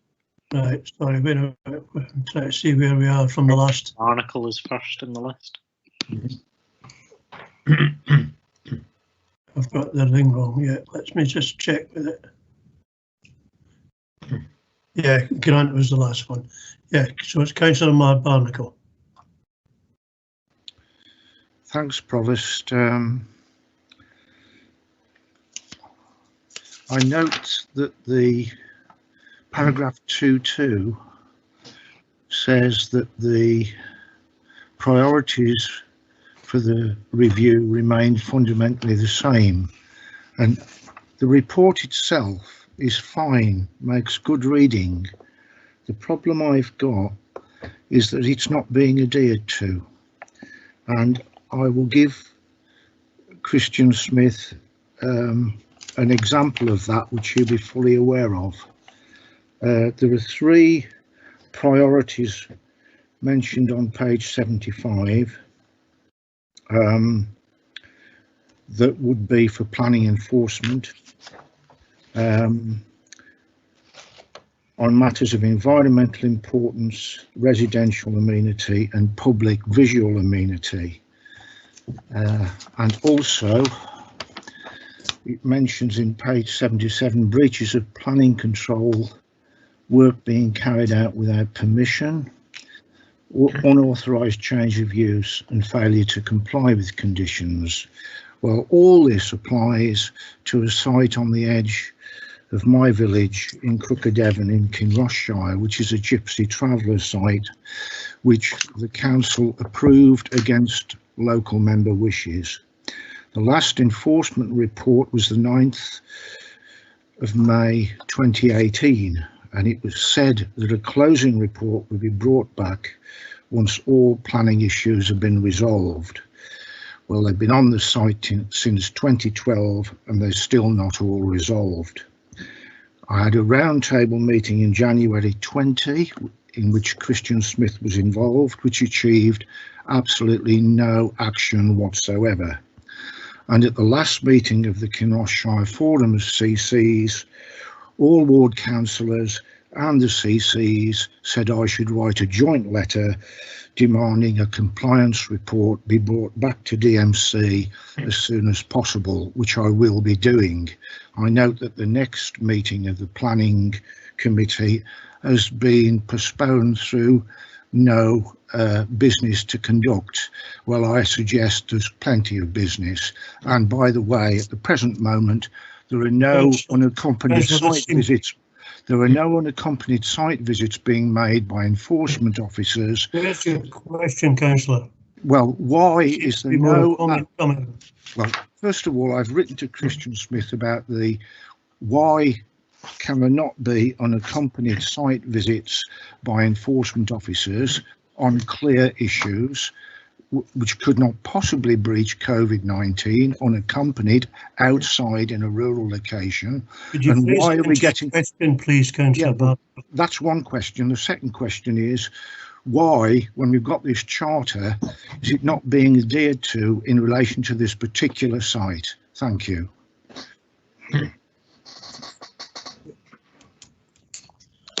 Thank you for your question, Councillor Barnacle, and we're all aware of your position in relation to the case that you've raised, but rather that would be an operational matter, and I think it's maybe something we should discuss out with this forum.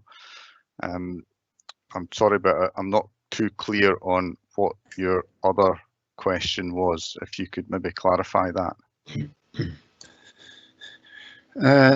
I agree with you, Christian, that we will discuss this out with this forum. I just wanted to make the point about the charter and its situation in relation to my own and other councillors' experience.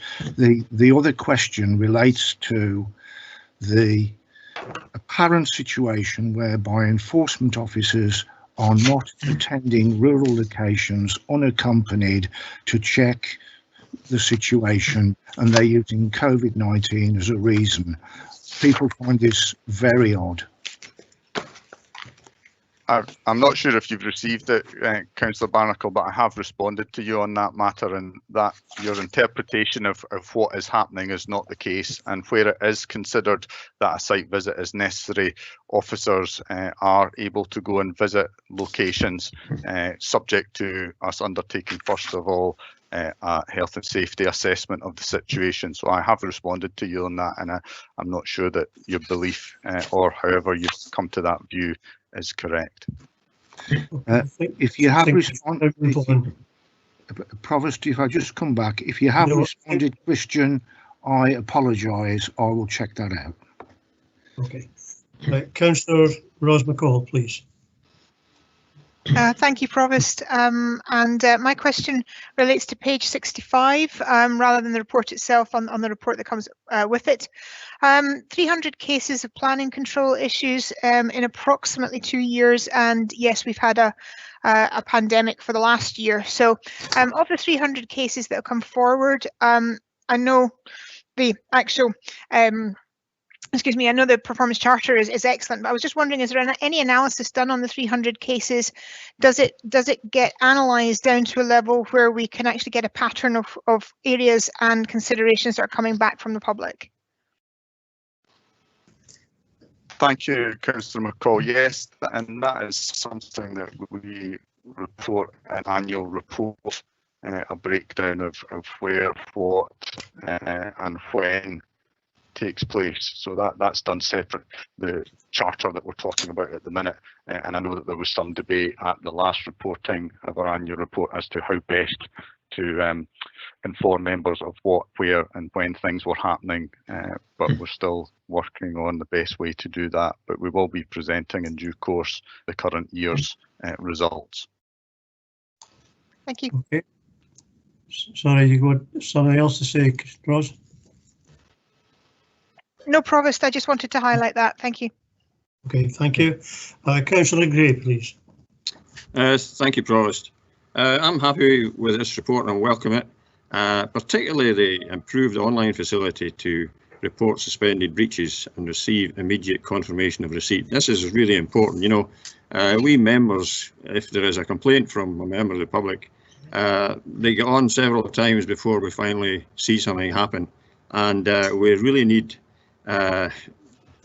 such a online facility so that people can have direct contact and get this answer they're looking for as quickly as possible.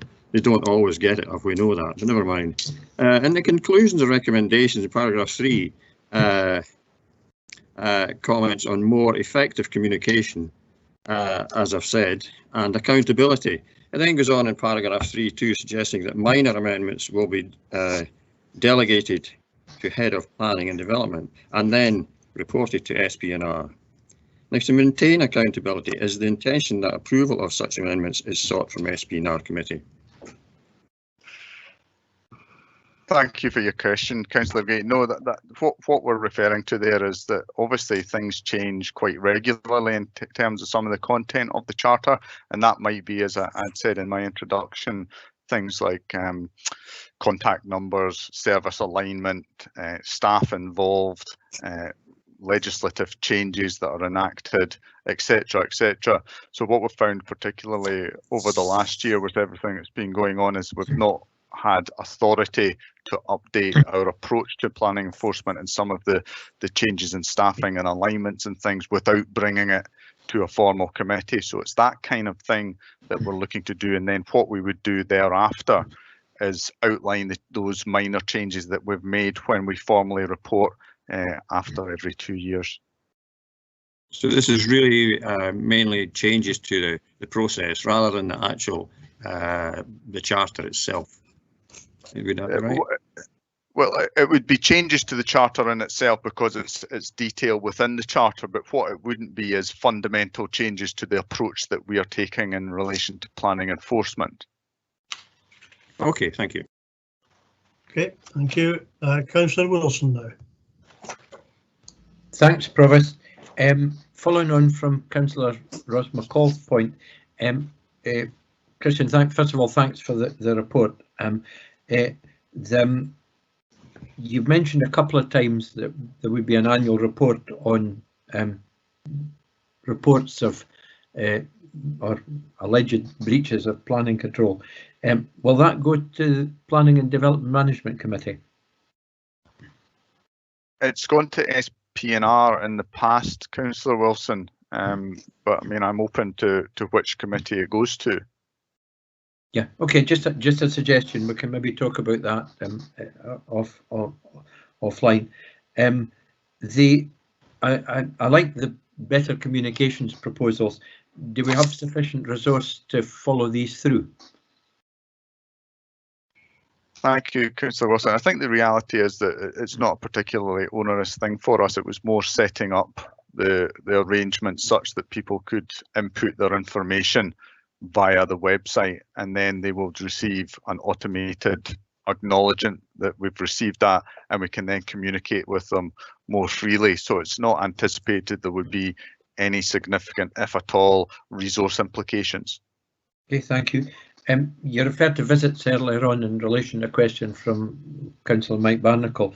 Am I right then in understanding that if the reasons warranted it, and no doubt the planners will decide what the reasons are, that it would be possible even under the current restrictions to carry out a site visit?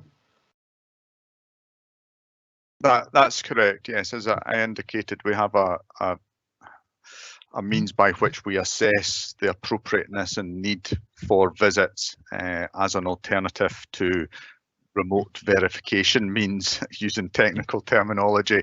So if we can't satisfy ourselves to the degree we feel is necessary through information being provided to us by members of the public, other staff members, or any individuals, whether that be photographic evidence, statements, videos, etc., then of course, depending on the severity of and importance of the issue, we would sanction a visit and undertake that in relation to measures that would protect both the public and our own staff against any risks associated to COVID-19. Okay, thank you. And finally, the section high hedges interested me. I just wonder how many high hedges you've actually found apart from the lovely one on the road to Blairgowrie, because every time I try to report a high hedge, somebody comes and tells me it isn't. That maybe says something about my judgment rather than the officers. But are there many reports of high hedges that go on, and will they form a feature in your report, your annual report, whether it goes to whatever committee? Thank you, Councillor Wilson. Yes, it is a complicated matter, and what one man thinks is a high hedge may not be what the legislation thinks that is a high hedge. And I'd really have to defer in terms of any detailed discussion on that to our officer that deals with those matters, Paul Kettles. But I would be able to provide you with information in relation to how many reports of high hedges we have and the outcomes of those if you wished. I do recall, I can't remember off the top of my head, and again I could clarify that, but I think that is incorporated within our annual report as well. Okay, thank you. I don't want to cause extra work, but it might be interesting to see that. Thank you very much indeed. I've just, in fact, I've just hot off the press there. One of my officers is listening in, and we've had 35 high hedge applications since 2014. Okay, can you tell us off the hot press how many were really hedges? No, okay, we'll look into that further. We'll deal with that separately. Yeah. Okay, can we now move on to Councillor McEwen, please? Thank you, Prof. My question was answered by Tom Gray's question, so thank you. Okay, thank you. Councillor Robertson? Yes, thanks, Provost. Quite a few people ask me when a planning application gets consent for a limited period of time, if the person who's applied gets notified when the consent runs out, if there's a sort of diary kept within the planning authority so that it doesn't become a planning enforcement measure. Is that the case? We don't have an automated system. Thank you for your question, Councillor Robertson. We don't have an automated system such as that, but we do take note and monitor relevant consents as is set out in the charter. But no, we don't have the provision where it would jump into our diaries after the temporary period, but we tend to find that we are notified of any that go beyond that, or in fact the majority, the terms of the temporary period are complied with. So it's really up to people who themselves to monitor any temporary consent that's given. It's not up to them in themselves, but we do rely very thankfully on the members of our communities that work with us and help us in terms of our resources to monitor situations, and we're thankful for that. Okay, thank you. Okay, thank you. And two more. I've got Councillor Parrott next. Thank you, Provost. My apologies if I wasn't listening properly right at the start, but I'm sure, Mr. Smith, in your introduction, you said something about planning enforcement being a discretionary activity, and yet there's a statutory requirement for a planning enforcement charter. The two don't sit easily together, so I'm obviously misunderstanding something. I'd be grateful if you could explain that quickly. Thank you. Thank you, Councillor Parrott. No, you're not misunderstanding anything there. Planning enforcement is covered by statute, and one of those statutory requirements is that a charter is produced. However, undertaking formal action in relation to breaches of planning control is a discretionary matter left to individual planning authorities to determine whether or not that is appropriate, and how we would consider that situation is set out in the charter. So just to clarify entirely, taking it to, if you like, the extreme, you could have a planning enforcement charter that simply said we're not going to do anything. Well, it's more about discretion as to whether or not we take action. And we would have to consider the merits of each individual case, which is what we do to determine what lengths we would go to. So it's maybe better that we have some discussion of scenarios or cases where we have or haven't taken action. We can maybe discuss that separately if you want to arrange something. Yeah, thank you. So John would like to come in. Yes, I was just about to say that. Thank you, Provost. If I could just help clarify for Councillor Parrott. There is no requirement in every instance, there's no statutory requirement that every instance of an enforcement breach is automatically followed up and action taken. It's about an assessment of planning harm, and it's a discretionary decision as to whether or not any follow-up enforcement action is taken. But that's not the same that having a charter that says we would simply not take any enforcement action. If there is clear planning harm, we will always pursue enforcement action. Okay, yep, thank you very much. Okay, thank you. Councillor Stewart this time.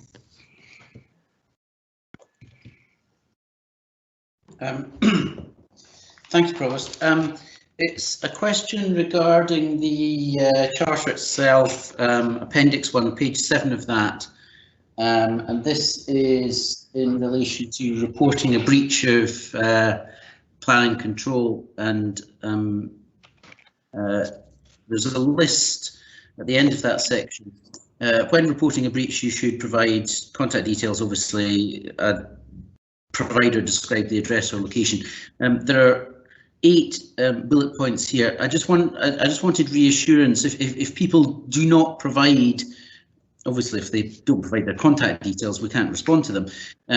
But if they don't provide some of these details, that's not, for example, in an online form going to prevent submission of it. You know, if they're not able to, for example, describe exactly the relevant planning permission, or give the full number of the relevant planning permission, or detail who's undertaking the works, that doesn't preclude consideration, submission and consideration, submission by the resident and consideration by the council of the potential enforcement breach, potential planning breach. Thank you, Councillor Stewart. No, you're right there. It's more a wish list, and it really helps if we have a full context to the situation to speed things up and to allow us to consider matters more fully. But there isn't a limitation that if you don't provide, for example, a reference for a planning permission, that we wouldn't take things forward. No, it would be more than reasonable as to how we would deal with customers. Thank you. Okay, thank you. And the final one is Councillor Waters, please. Thank you, Provost. My question's in relation to where you've got breaches and potentially a large development, or numerous breaches in a large development, and how they're recorded. Are they recorded as one as one entity, or are the breaches all recorded and dealt with separately through the reporting system and the system of dealing with them? Thank you, Councillor Waters. And in answer to that, it would depend on the situation. If they are all intrinsically linked, then we may deal with them under a single reference. But if they are separate matters or better dealt with separately, then we may deal with it in terms of separate records and separate updates, etc., etc. But it really would depend on the circumstances at hand. Councillor Robertson has come back. Do you wish another question? Or are you looking at comments? Great. As there are no more questions, can I ask Councillor Lyle to move the report? Thank you very much, Provost.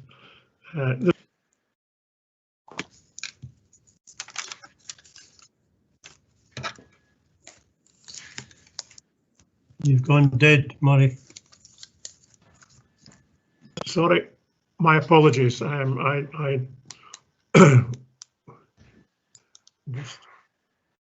still on, yes, as opposed to it seemed to delete me, but here we are. Anyway, I'll start again if everyone can hear me.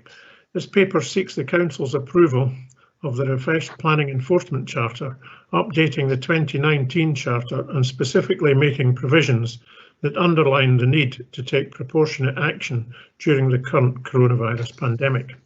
It is vital that the enforcement is undertaken sensitively to allow businesses to operate as flexibly as possible within the coronavirus regulatory framework. It is good to note that service improvements continue to be made, and also note that over the past year, some 500 enforcement cases have been concluded following investigation. The proposed publication of enforcement closing reports on the online planning portal is to be warmly welcomed as part of our ongoing endeavours to ensure the planning system is operated in Perth and Kinross in an open and transparent manner. I'm pleased to remove the report. Thank you, Provost. Okay, thank you, Councillor Lyle. Councillor Duff, would you like to second the report? Thank you, Provost. I'll be brief. I welcome this revised planning enforcement charter, which provides more clarity and transparency for members of the public and improved reporting facilities, and I'm happy to second the report. Thank you. Thank you very much, Councillor. Under comments, I see we have one from Councillor Robertson. Thank you, Provost. As someone who's had to use the enforcement service on numerous occasions because of one particularly major house builder that we have in Kinross and Milnathorpe, I can only say that the enforcement service do try very, very hard to respond to issues when they're raised, but they have a very difficult problem in dealing with many issues, especially when developers know the way around the system and stall and make it very, very hard for things to get done properly. I also appreciate the points that were made by Councillor Barnacle with regard to the site at Crooked Heaven. There's been many efforts to try and resolve the issues there, but we're still in a situation where it's a dreadful mess. So let's hope for the future that we can do something to get that sorted out. But thanks very much.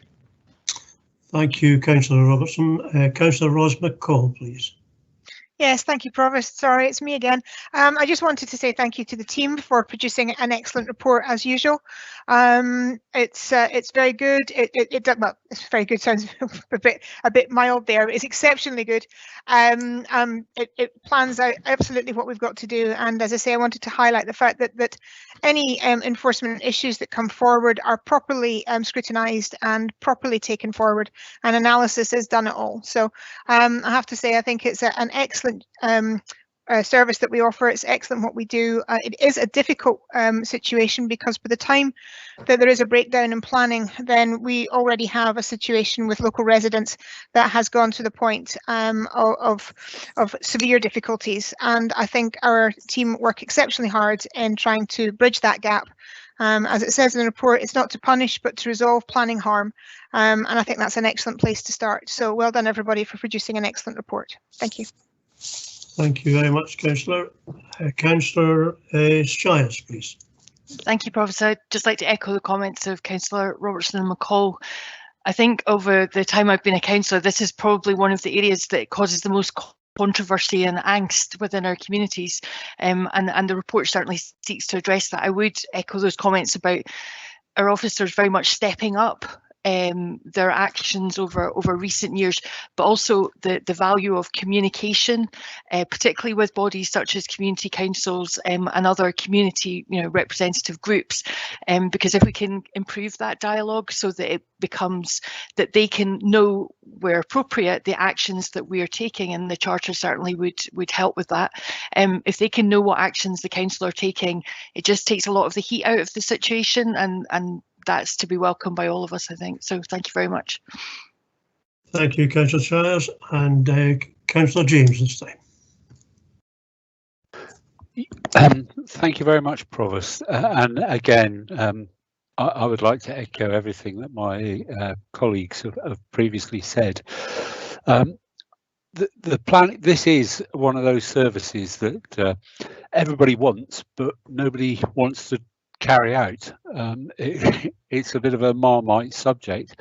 However, I've been on the in the position where I've spoken to somebody who's been subject to enforcement action by our council, and I have to say they speak highly of our council, or our officers, should I say, and I'd like to thank them because they, this person said that they were treated with respect, dignity, and our officers were flexible in their approach. So to see this coming forward is absolutely brilliant, but more so respect to the team for doing it in such a way that causes less angst for everybody. So thank you. Thank you, Councillor James. As there are no more comments, can we agree the report? Agreed. Agreed. Agreed. Agreed. Okay, thank you. Item 8, the Deputy Provost will take this particular paper. Thank you. Thank you, Provost. We now move on to the adoption of the supplementary guidance on the open space provision and flood risk assessments. This consultation exercise actually started in 2019, so I'd like to invite Peter Marshall to introduce the report, please. Peter. Thank you, Deputy Provost. An updated programme for the preparation of supplementary guidance to support the 2019 Local Development Plan was considered and approved back in January 2020. The production of both statutory and non-statutory guidance provides additional certainty to developers and communities in bringing forward proposals that are in accordance with the LDP and are therefore important components of the overall planning system. This paper seeks the approval to adopt of two further pieces of guidance relating to, firstly, guidance on open space provision for new development and the associated maintenance policy that supports that. The second piece of supplementary guidance is on flood risk and flood risk assessments. Both of the draft supplementary guidance on open space were consulted on, as the Deputy Provost indicated, in 2019, and whilst generally well received, following a review of the comments, we have proposed some modifications, and these are set out and summarised in the paper. Likewise, some changes to flood risk and flood risk assessments guidance were made following consultation and feedback from predominantly SEPA, SNH at the time. Again, the paper summarises these changes. The paper recommends the Council approves the two pieces of supplementary guidance and the policy on maintenance of open space within new residential developments. Following the submission of these pieces of guidance to the Scottish Ministers, they can be adopted by the Council 28 days thereafter, unless we are directed otherwise by the Scottish Ministers. Thank you. I'm happy to answer questions on the papers. Thank you very much. Can I invite Councillor Gray, please, for the first question? Yes, thank you, Deputy Provost. Mine relates to the flood risk assessment elements of this. Several planning applications up in the Cherry Bank area have highlighted flood risk problems and the effect on the Craigie Burn. Could I ask, has the Craigie Burn assessment been completed, and did it include assessment of the effects of the Perth West, which is a considerable development, likely to double the development which flows into the Craigie Burn? Has this been assessed, and is the capacity of the Craigie Burn fit to take it? That's the first part. Thank you, Councillor Gray. I don't think I can fully answer your question on this. What we can certainly do is pass that to some of my colleagues, both in planning and in the flood risk team within community service. What I would say is that for any development, there will be a requirement to look at the cumulative impact of developments in the area. So those developments that have impacted on the Craigie Burn to date, such as within the Broxden area, will have included all of the information on the current developments. Where it comes to Perth West, which is coming through the system now, they will have to add on to that an assessment of the flood risk of their development in combination with anything which is downstream. However, in preparing the local development plan, there is a strategic flood risk assessment process which looks at the general concept of the cumulative impact of all these developments. It's not in enough detail to say that you won't need to do anything particular with this site, but so it's done at different stages and it will be part of it, but we can take note of your question and I can get some more details on the specifics of that. I would make one more general point. You can virtually always mitigate flood risk. There is an engineering solution, or it can even be a natural solution to it. The issue usually is whether it's economically viable to do it. Thank you. Yes, thank you, Peter. Could I just bring on a second point there, and it was that on a local basis we have one at Green Loaning where again a study has been started or completed. I'm not sure which. I would like to know, because there are significant flooding problems affecting the most southernmost elements of Green Loaning currently, and have been for some time, and then getting worse. I would like to know what stage a study has been done or completed there. Thank you. Thank you very much. Councillor Sarwar. Sorry, was there going to be an answer to Councillor Gray's? I would hope so. I didn't know if the answer was going to come at a later date. I can come in now if you want. Oh, well, again, okay, thank you. I presume in the Green Loaning case we're talking about one that's not related development but an existing situation. So I would pass that to our flood risk team to get a timetable for the completion of that work. Thank you, Peter. Thank you. Councillor Sarwar. Thank you, Deputy Provost. My question pertains to Appendix 3 and 3.6 with subheading Climate Change. In 3.6.4, we talk about what we expect from developers, particularly to reduce and account for the effects of climate change through more sustainable approaches to flood management. And this is going to take considerable buy-in from developers. I just wondered what steps are being taken to ensure this, what the response has been, and I'm thinking especially about the climate action plan that we're still waiting, I think, on the most recent update for. Thank you. Thank you very much. Yeah, hopefully. Councillor Sarwar, it's a really interesting issue. I think what we have in Scotland is a slight gap in the legislative system, which allows us to get the best solution always.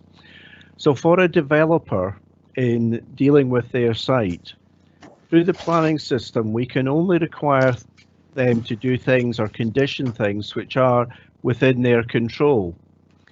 And quite often, the softer solution to a flooding problem, such as the restoration of a peat bog or tree planting or restoration of floodplains, may well be out with the control of the developer. There is an increasing recognition in Scotland, however, that the way we've been going with flood risk schemes in the past has been very much a hard engineering approach, and there is much more flexibility to some of the solutions. And there's work ongoing in the Comrie area, for example, to look at the ability of peatland restoration to slow water down as it enters the built-up area. It's how you actually manage to implement that. Where you have willing landowners, it can be an easy solution. Where you don't, it can be more difficult. And it's interesting that you've made this relationship to the climate change emergency response paper, because in our community consultations so far, there has been a lot of interest in this area and the concept of looking at a more integrated catchment management approach to deal with the benefits or the issues and benefits that can be achieved by taking a holistic view at catchment management. So, for example, whilst flooding may benefit from peatland restoration, so does carbon sequestration and biodiversity. It can also, in some of these softer schemes, have added benefits to public health through increasing outdoor recreation opportunities. So bringing these all together to get the common benefits is the way forward. Following our meetings with the communities, we had a sort of focus group of some of the interested parties, including Nature Scotland, to talk about how we can try to bring this to fruition. So we hope we'll be able to come forward in the climate emergency report with some more detail on this. I hope that helps to answer the question. Thank you, Peter. That was great. I'm just looking forward to hearing more about this in particular. Thanks. Thank you. Councillor Barnacle. Thank you, Deputy Provost, and afternoon, Peter. Excuse me, I think I had a question in first. I have two questions. Sorry, Sheila, on my chat box, Mike Barnacle is before you. They both came in at 14:47. Okay, that's fine. My Carry chat on. box, it's Mike's there before you. You're next. Thank you. Okay, Peter. I have two questions. One is, they're both in relation to flooding. Section 2.5, bracket 3, potential development areas behind flood protection schemes. You talk about setting a minimum of 600 millimetres above the estimated peak flood level. That's a very small measurement, and I'm just wondering whether you considered it would be worth including the ambition to ask developers in this particular area where there's flooding is an issue, whether they could consider putting the living accommodation of developments on the first floor and the garage oblique storage facilities on the ground floor, so that if there is an extreme flooding event, the chances are that the living area would not be flooded. So I'm just wondering why that wasn't considered. That's the first question. And the second question relates to Appendix 3, Section 6.3, talk about completed flood protection studies. It omits the drum area where there's been a consistent refusal to do that. I know of 3 properties that have been flooded in this winter, autumn-winter period in that area, consequent possibly on some further development. And because it's not in what's called a potentially vulnerable area on the SEPA maps, it doesn't get any consideration. So my question there is, if I manage to persuade SEPA to include it as a potentially vulnerable area, would that facilitate a change in the LDP2 guidance in that respect? Those are the two questions. Thank you very much for your questions. Mike, we've heard you talk before about living accommodation should be on the first floor. Yes, I think it's well documented. Peter, are you able to answer this? Hopefully, yes. Thank you, Deputy Provost. On the first one of living accommodation on the upper floors, I would say the advice on the 60mm above flood level for the ground floors is based on advice from SEPA and is fairly well nationally recognised. There are different ways of addressing the flood problems. Apart from raising the floor levels, if you want additional level of security, you can look at the materials that are used in the ground floor of a property. And this is not just residential property, it may be business premises as well.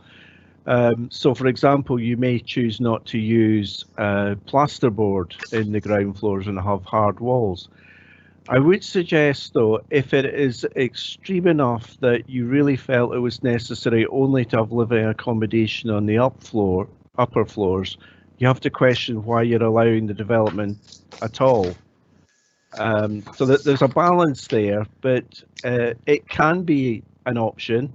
Depending on the design, where you're looking at just garage and perhaps utility room or something in a downstairs part. But for a general house with the floor print of a ground floor, I think you're suggesting you should be refusing it by the time you get to that stage. Now, that doesn't mean there aren't options to do that, but as a general rule.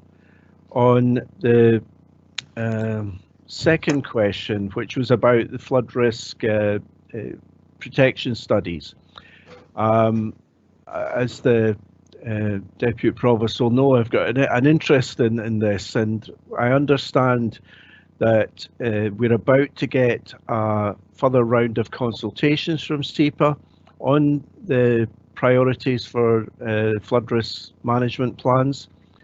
I had understood it was due to come out in November. I may have got that wrong, but it's not out yet. I suspect it's delayed by the problems of COVID-19 and lockdown. But it is imminent, and that is the opportunity for the community to make the representations to SEPA, and I'm sure also to make the representations to our own flood team, who will also be commenting on the SEPA consultation. So I think there's an opportunity to get a revision of priorities there. Thanks very much. Thank you very much. Councillor McCall. Thank you. Thank you, Deputy Provost.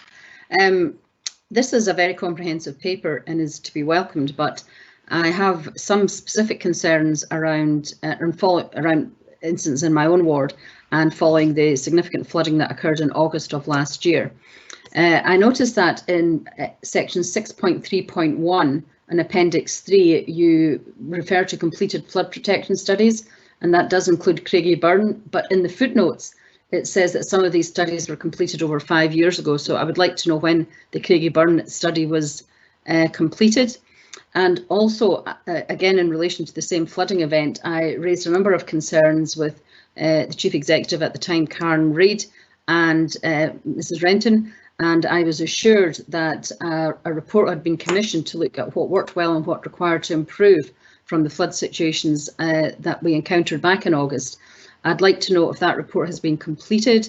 Part of that recommendation from the report was to consult with local communities. I'm not aware of that taking place.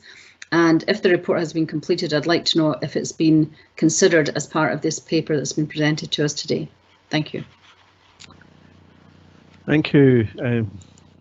I'm afraid I can't answer all of these questions because they're related to the ongoing work of our flood team rather than the policy and supplementary guidance.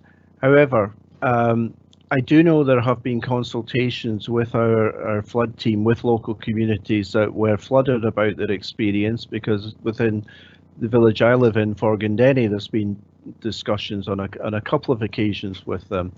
I will pass the question to them when they expect to pull that together and present it to members.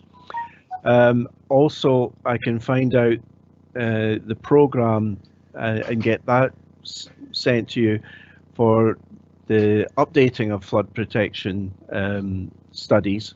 What I would say is the purpose in having the data in this section of the supplementary guidance is advising developers, here are a number of flood studies that we have done or are underway and where we have records, where developers might draw in these to help with their own flood risk assessments. So for example, a development in the Craigie Burn area would be starting with a base point of the flood protection study that was done, albeit some time ago, and would then be required to update that, add on the cumulative effect of what's happened since then.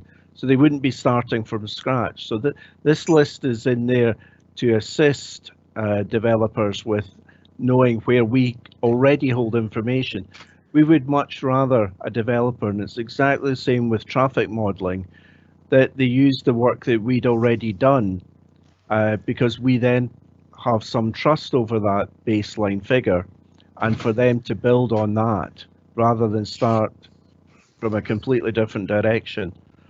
But I'll speak to the flood team tomorrow and we'll try and get the relevant information to you. Thank you. Thank you very much. If I may ask a supplementary.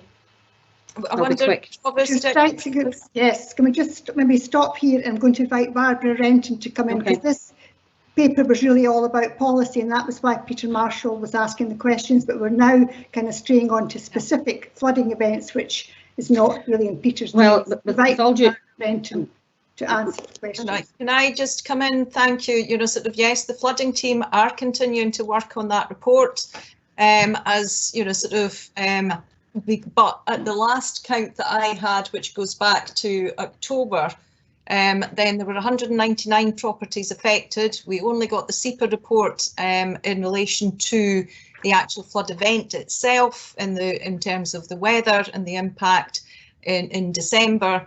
We are aware that we've got an outstanding action on that, and we will be reporting back. Thank you.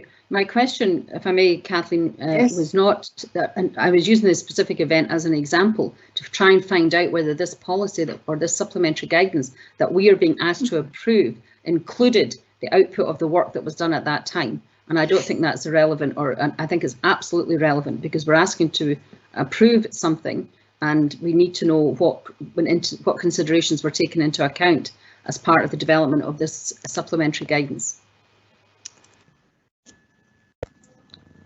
Thank you. All I can say there is that we are aware of the areas where there have been flood studies completed, and we're asking that these are taken into account in the consideration of any planning application. This report does not set out the priorities for flood risk assessments which are carried out by the council. It's rather to give a guidance to developers where they need to provide specific studies related to their developments. Thank you. Can I now invite Councillor Stewart, followed by Councillor Wilson, please. Councillor Stewart. Thank you, Deputy Provost. I've got two questions there on different sections of the report, so I'll ask them separately.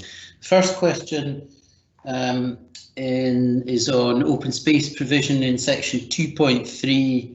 It's about the charging commuted sums over 20 years and charging for the cost of play area replacement due after 15 years being disproportionate, as a comment from the development industry.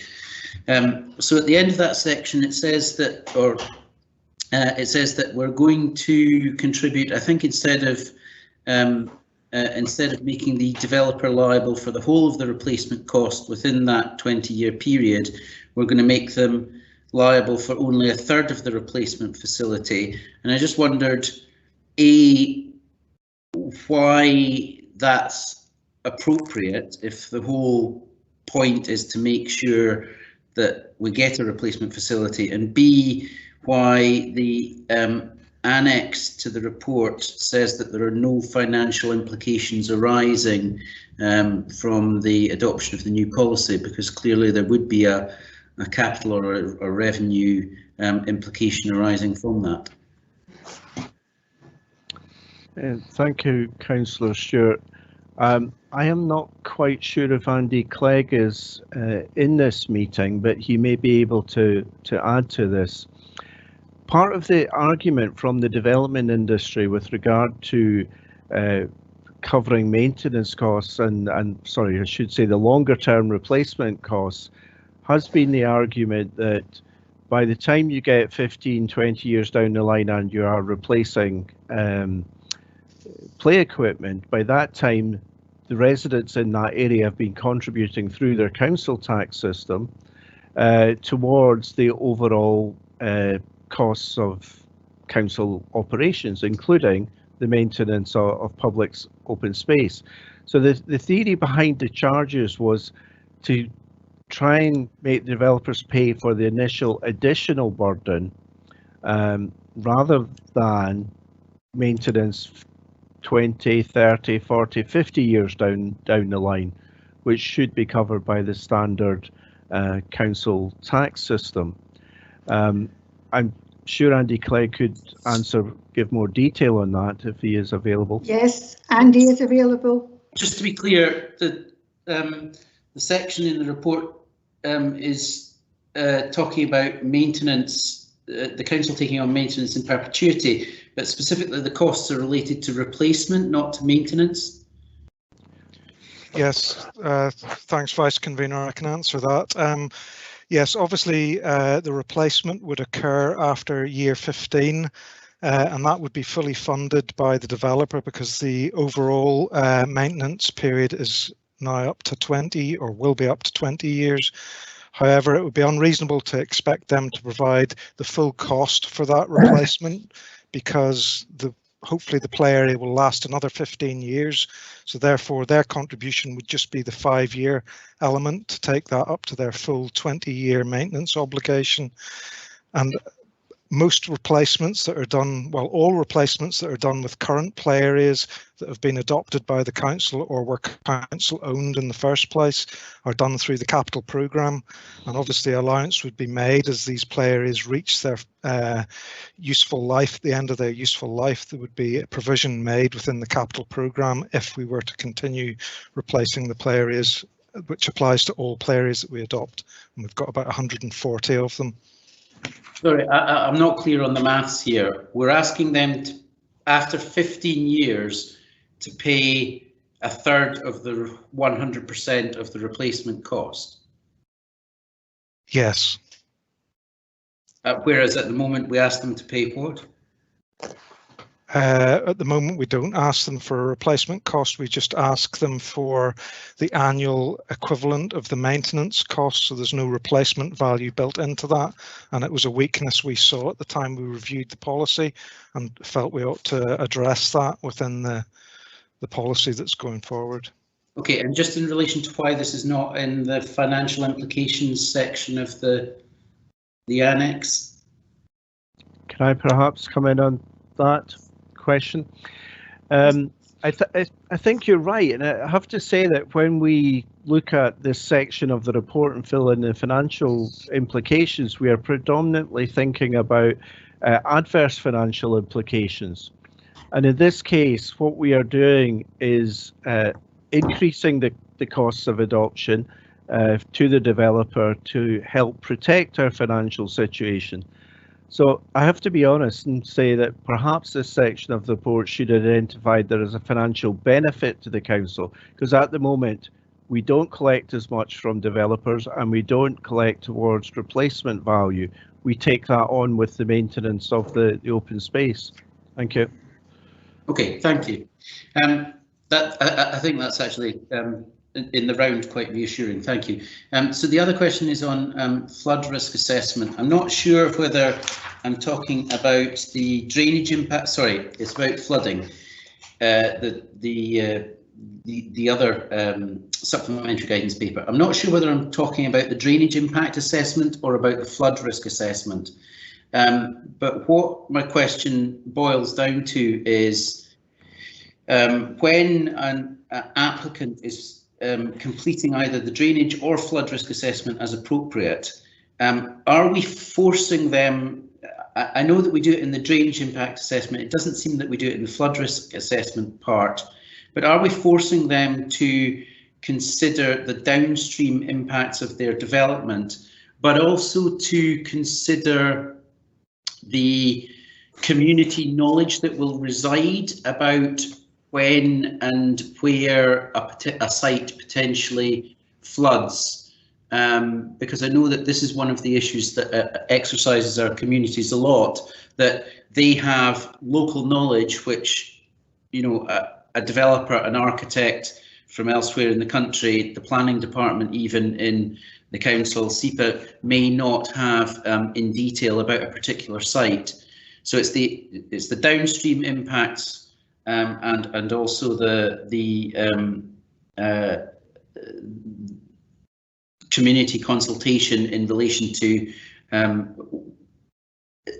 flood risk that or drainage risk that may be hidden in the reports that we're forcing the developers to consult with.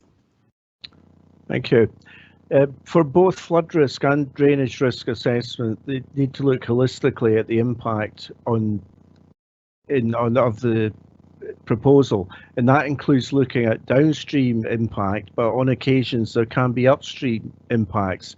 If the development starts to cause blockages there, that means the flow from upstream can't progress, that can be equally as dangerous. So yes, it does look at both of these, and both Scottish Water, more in the drainage impact assessment, and SEPA and our own flood team in the flood risk assessment will look at that. In terms of using local knowledge, a developer who uses a good consultant will do that automatically, because, as you say, local knowledge is often very important. The added safeguard to that is the fact that these flood risk assessments and drainage impact assessments are put in the public domain, and the community has the opportunity to question things where the developer has perhaps not availed themselves of local knowledge. We do have to bear in mind that sometimes local knowledge is not based on fact and how the drainage system works, and where people have said that flooding has occurred because of particular things that have been happening in other places, some of the expert knowledge would say, well, no, it's not been that. It has actually been the climate change, not a direct impact of a specific development. So I think there are safeguards in the system to pick up these issues. Thank you. Sorry, just to follow up, Mr. Marshall, when you say that a good developer would use a consultant who would automatically refer to community knowledge or local knowledge, would that then indicate that that's best practice and we should maybe include that in this supplementary guidance as an example of best practice? I think that is best practice that you would expect to be evident in the operations of a professional. You know, these people are working through the standards and regulations that are set by their own professional institutes. They are chartered engineers who are generally preparing that. I'm not sure there would be added value in adding it into this document.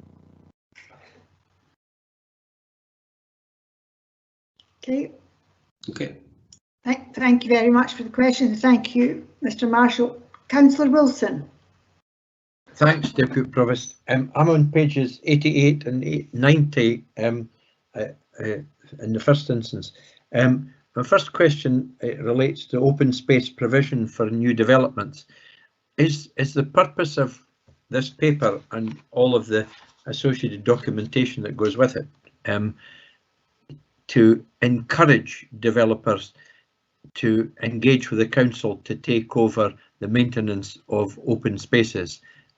if at all possible. And secondly, if the developers opt not to do that, to ensure that they have sufficient standards in whatever they decide to do. Thank you, Councillor Wilson. Yeah, I think that's a fair point. I think we're making it clear that our preferred option is that the council takes it over. You'll be perfectly aware from your own constituency experience of problems with the private maintenance of public open space. I think what we are doing with allowing this option, you're correct in saying we're trying to ensure if there is a private factoring option that we try to regulate it to ensure that the incoming residents to the development have a robust system in place which will lead to the long-term maintenance of their property. What we feel from looking at the experience in other authority areas and through appeal decisions is that whilst in some ways it might be best to say all public open space comes into our direct control, we've got control over it, we can regulate the standards, it might be easier. We've just been talking about an enforcement charter from that point of view, but the experience from other areas suggests and appeals that to resist options for private factoring may not be successful. So yes, the emphasis is on public adoption with appropriate transfer of funds to the council, but we have to leave open that other option.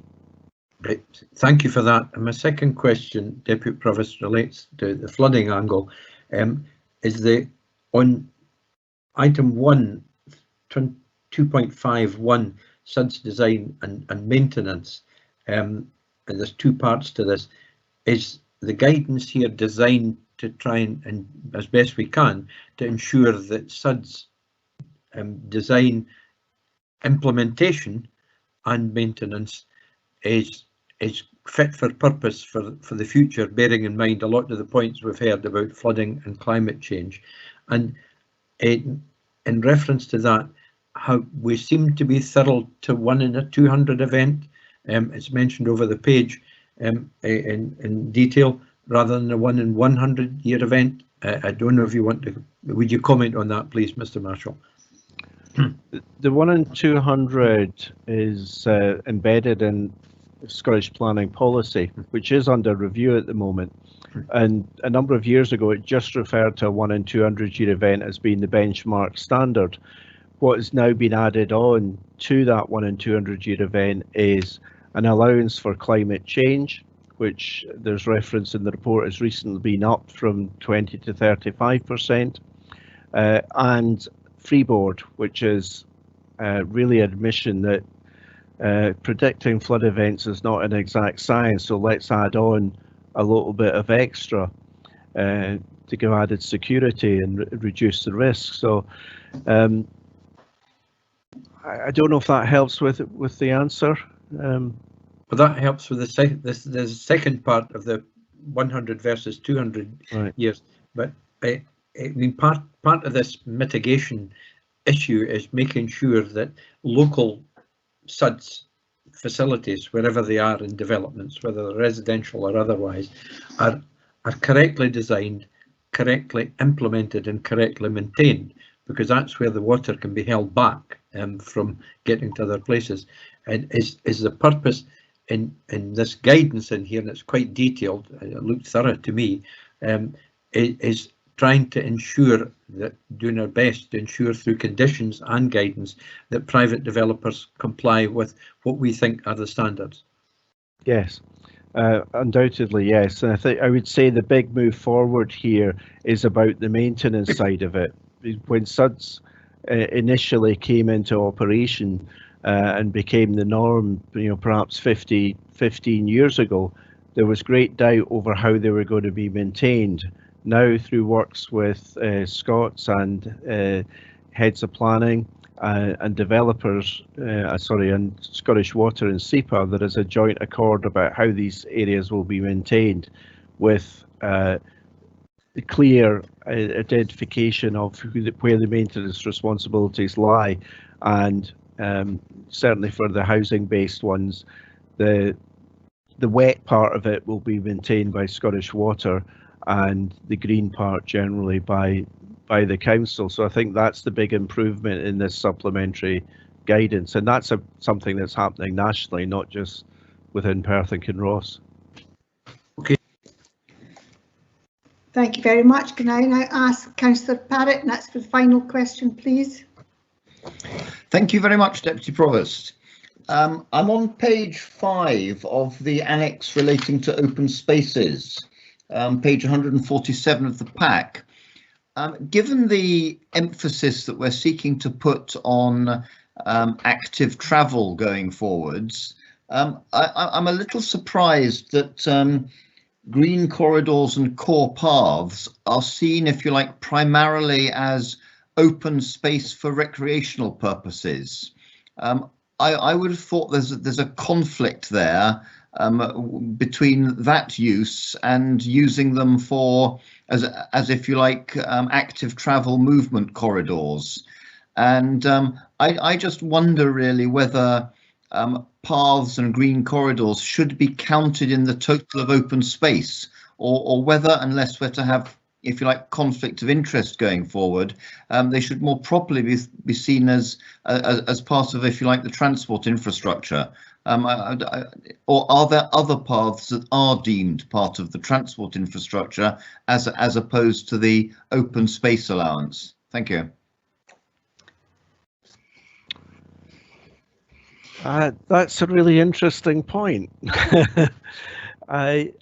One of the things that we have to do as part of the new Planning Act is an open space audit and strategy, and there's been considerable debate about the different classes of open space, and I don't think we have actually defined when a route ceases to become part of open space and where it becomes part of the transport infrastructure. And I can perhaps use an example. The Lade corridor at its northern end is, in my view, a multifunctional space which is providing for biodiversity, for access, and just a green lung going through the city, whereas the Lade between Caledonian Road and Mill Street is just a very functional path. And probably if we are actually quantifying the amount of open space per head of population or per hectare, then you shouldn't include these which are purely functional routes. Thank you for that. If I may, I certainly think that it would be helpful going forwards if some of these paths were, if you like, officially designated one way or another, so that people in a sense knew where they stood. Thank you. Thank you very much. I see no other councillors looking for a question. That was a very interesting question for the end, Councillor Parrott, and I'm sure it'll give us a lot to think about in the way forward. Thank you. I'd like to thank the officers for answering the questions. We now ask Councillor Lyle to move the report, please. Thank you, Deputy Provost. I'm just checking my microphone is on this time before I begin. The paper presented to us today seeks approval to adopt two particularly important pieces of supplementary guidance in support of the Council's adopted local development plan. The guidance has been produced following a period of statutory consultation, with comments received, then considered and reflected in the guidance wherever appropriate. The guidance attached to Appendix 2 on this paper on open space provision for new developments is very welcome. It provides clarity and certainty for both developers and residents in a well illustrated, easy to use format that focuses on maintenance as well as design. The guidance on flood risk and flood risk assessment is equally welcome in assuring that the comments received following the consultation were largely positive, with minor modifications suggested and accepted as summarised in the paper. With reference to Councillor Sawar's question earlier, I'm pleased to see evidence of constructive engagement with SEPA around climate change impacts, and also with reference to Councillor Barnacle's question in respect of the development behind flood protection schemes. I'm pleased to move the paper and for approval and for onward submission to Scottish ministers. Thank you, Deputy Provost. Thank you very much. Councillor Duff, please. Thank you, Deputy Provost. Happy just to formally second. Thank you. Thank you very much. And now open it up to comment. Anyone wish to make any comment on this report? Councillor McCall. Yes, Provost, I've done it for every other one. I want to make sure that this one's done too. In all honesty, an excellent report. I just wanted to put across my thanks to the team and to everybody who pulled this together. It's been a lot of work. It's taken a lot of engagement. So I just wanted to put my thanks out there. I think it's excellent. I think it states out categorically what it is we're doing and why we're trying to do it. So just to relay that back to officers. Thank you. Thank you very much. I don't see anyone else in the chat box wishing to make a comment at the moment. Well, just wait a second, just in case. Councillor Lane. Thanks very much, Deputy Provost. It's a comment really on this paper and all the papers.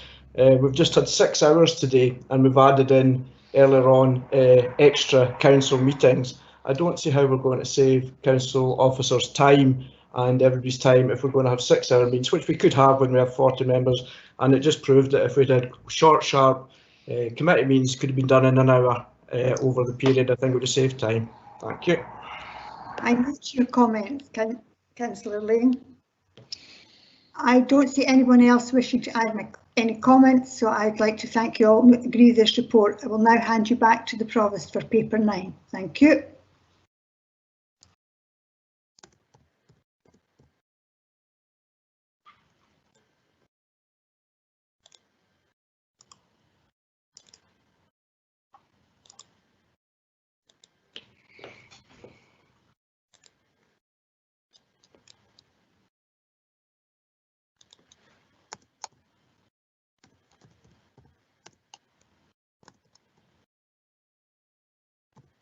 My apologies, I've been unmuted. I muted myself. I'll start again. The last paper is the appointments of committees and outside bodies. And the first one is the council is asked to appoint a convener of the local review body.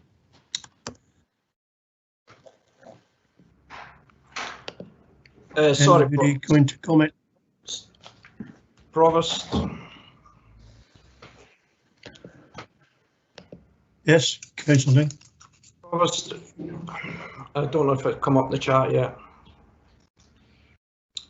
Are you asking me to comment, Provost? Sorry. Sorry, I'm looking at the chat. It's all shifted. Ah, here you are. Sorry, Councillor Lang. Yep, go ahead. Sorry, Provost. Reading the procedural note, I was expecting you to come to me to put nominations forward, but maybe I'm mistaken. I'm looking for the nominations, but Councillor Lyle, yourself, everybody else. I've got nothing in front of me with asking for anything apart from the council as appoint a convener of the local review body. Okay, well, I don't know. Unless Scott Henry help me here. Deputy Provost, we do have a list of nominations for Councillor Lang for these positions. So if I can ask my colleagues to share those on the screen, please. Thank you, Scott.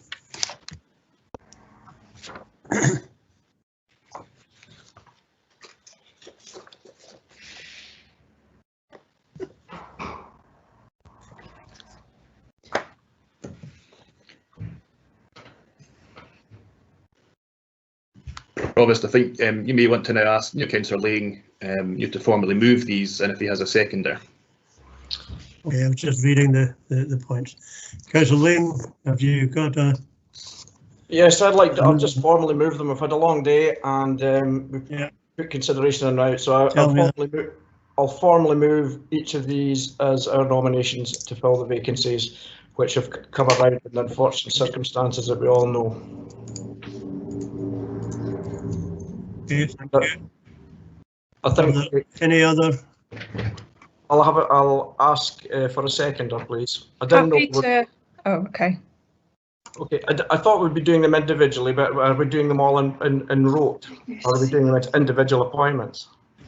Please. Barbara, I think I need you to come into this.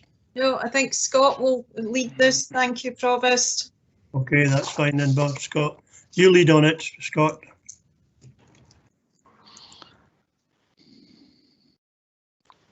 Provost, so we have the list of nominations there, from Councillor Lane. I suggest we deal with all of these as once, given that we have names for all of them. Do we have a seconder for these nominations? In the comment, in the chat. Okay, Councillor Parrott, so you've seconded. So, Provost, we're just looking to seek agreement now for these appointments. Provost, are we not going to invite an amendment to the nominations? I think we should be having an amendment for this, yes. Have we got an amendment? Provost, I've already put in the chat box intimation of wishing to make an amendment once it's called. Okay, sorry, I managed to find them now. So, Councillor Wilson, you've got an amendment. Councillor Tom Gray. Andrew Parrott's happy to second in that. Have you got a second, Councillor Wilson? Well, I haven't said what the amendment is yet, Provost. The amendment is in Right, relation to 9.1, convener of the local review body, and I'd like to propose Councillor Lewis Simpson be appointed as the convener of the LRB. In other respects, we would agree with the nominations that have been tabled on the sheet that we've just seen before us. But in addition, my amendment is that Councillor Simpson would replace Councillor Robertson on the Planning and Development Management Committee. And thirdly, Councillor Robertson would replace Councillor Simpson on the Civic Licensing Committee. I can repeat that again, it's fairly simple, Provost, but so everybody's quite clear that our nomination as the convener of the local review body would be Councillor Lewis Simpson, and that Councillor Simpson replace Councillor Willie Robertson on the Planning and Development Committee, and that Councillor Robertson replace Councillor Simpson on the Civic Licensing Committee. And therefore I move it. Okay. And I see from the chat box that I've been seconded by Councillor Willie Robertson. Provost, can I ask for a recess here, because I think there's information that Councillor Drysdale may wish to share that might, unless you want to share it in open session, as to why the possibility that Councillor Simpson may not be the best person to have leading as a convenership on planning. And I'd rather it was done in private. Okay, Scott, can I have your advice on this? Provost, it's up to yourself and council if it wants to take a recess. Now that we've had a motion and an amendment moved. Right. Okay, we'll have a 10-minute recess. 10-minute recess. Come back at. Provost, Councillor Barrett here, could I seek some clarification as to what we're having a recess for and what information is going to be shared with whom? Getting myself in a bit of a pickle on this one, I have to say. I've been asked to give a recess. Is that the view of everybody? I'll take a view of a vote on that if you like. I would rather comment first.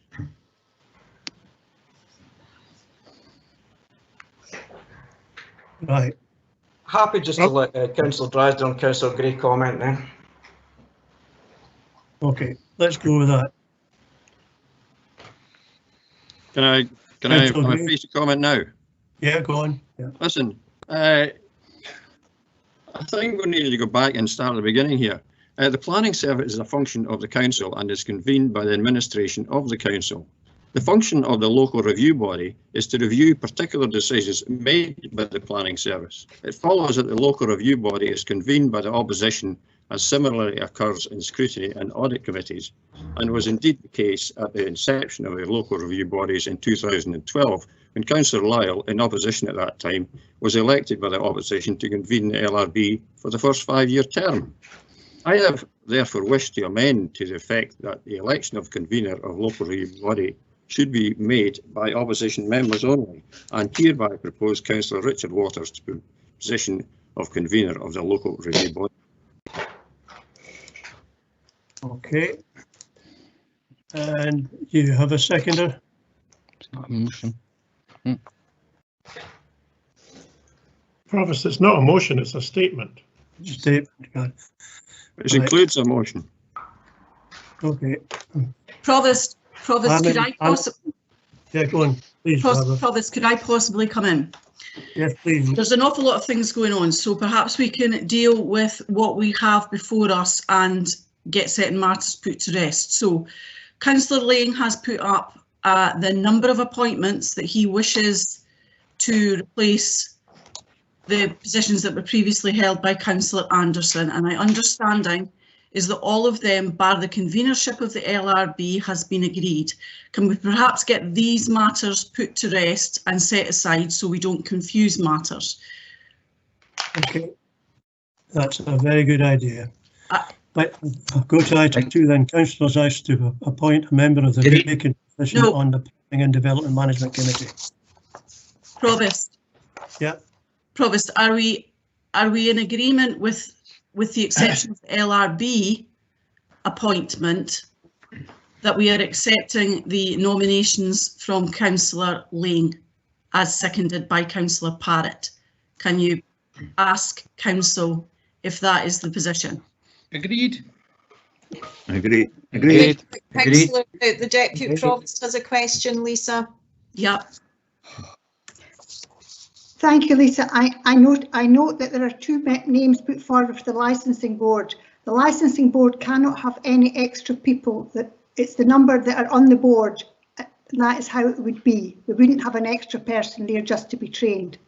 I'll take advice on that, but I'm pretty sure that is the case. We can't increase the membership of the licensing board, but if this was about an arrangement whereby they just get trained so that they would be part of a pool, but we can't increase the membership of that, and that's a matter that we can perhaps.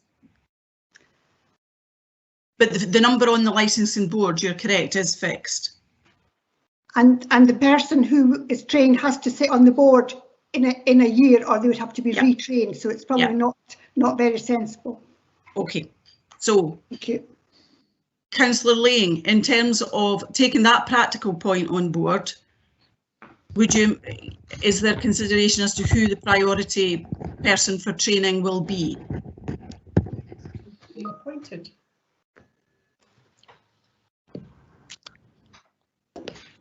I can't see the motion. I've got everybody's face, so I don't actually know what Councillor Lang's nominations were. I can't see it on my screen.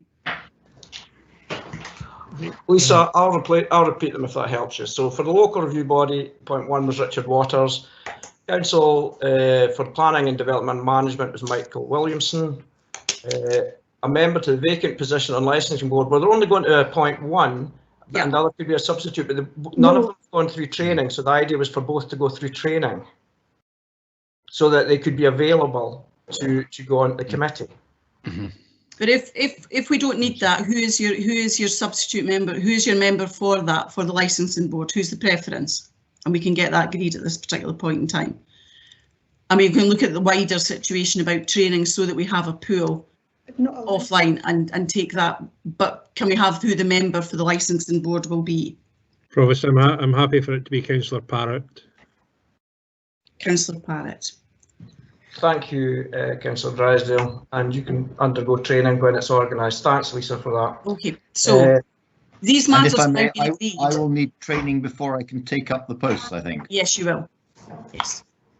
These matters now being agreed, we have the outstanding issue of the convener of the LRB. Now, Lisa, there's still other ones to come forward. There's point 5, a position on the Harbour Board. Point 4, which was Ian Massey. We're also asked to appoint a member for the Friends of Scoff Management Committee, which is Fiona Sarwar. Yeah. And the other one is Ash Schaffenberg, which was Andrew Parrott. But my understanding was that there was no opposition to your recommendations around that, and that the only recommendation that is being opposed by way of an amendment is number 1 around the convener of the local review body. Yeah.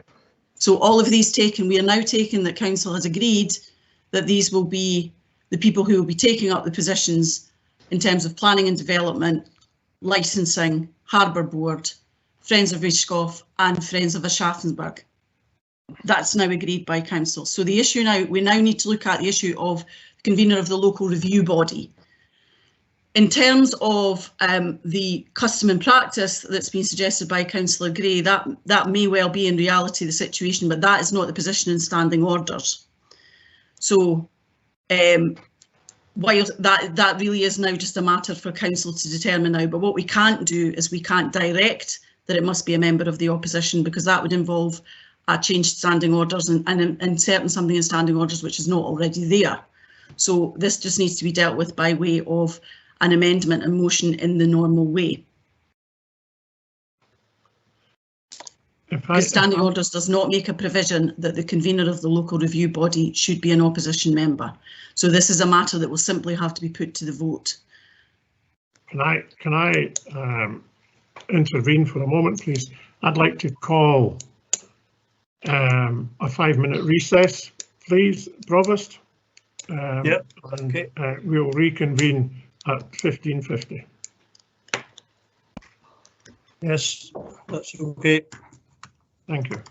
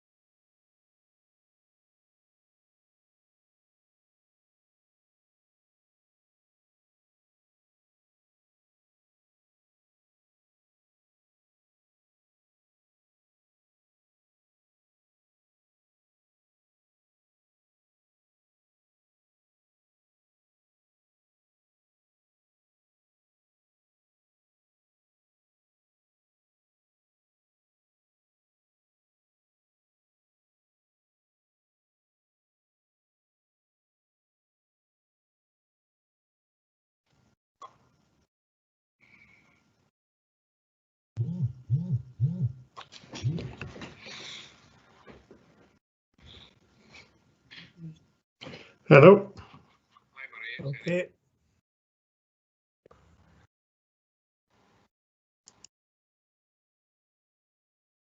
Right, so everybody in now?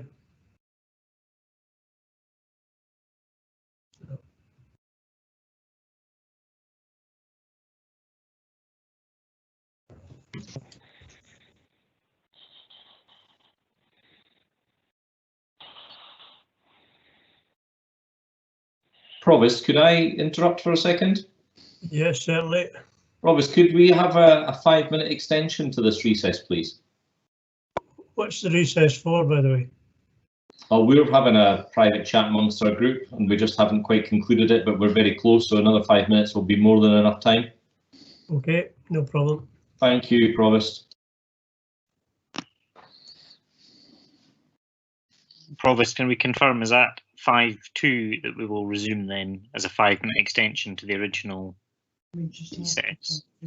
It'll just be after, well, it's not quite 5 to 4.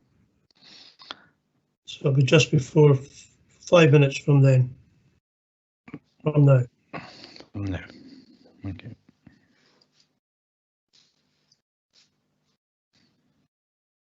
Just before 4.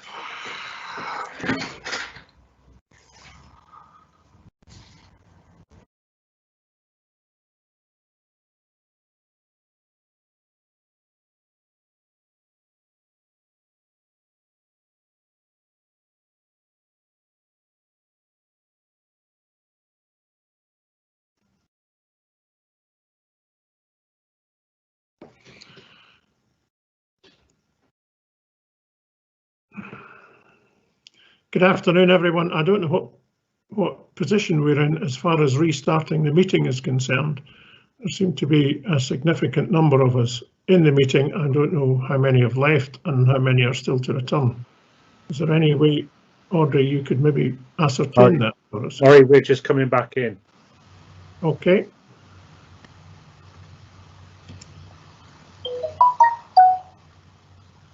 All right, apologies, I wasn't aware of that. Thank you.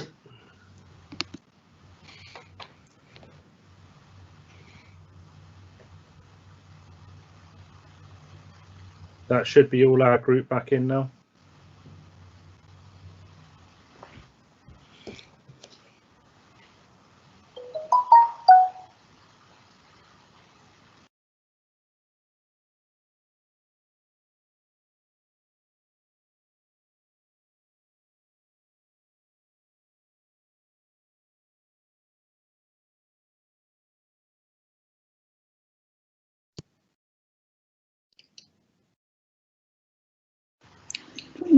Everybody in now?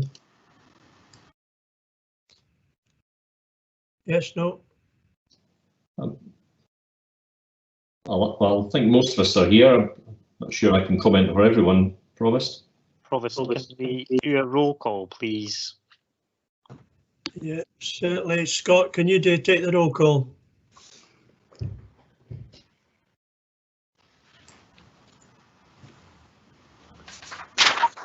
Provost, can I clarify, is this a roll call to check that all members are in the meeting? I think so, yes.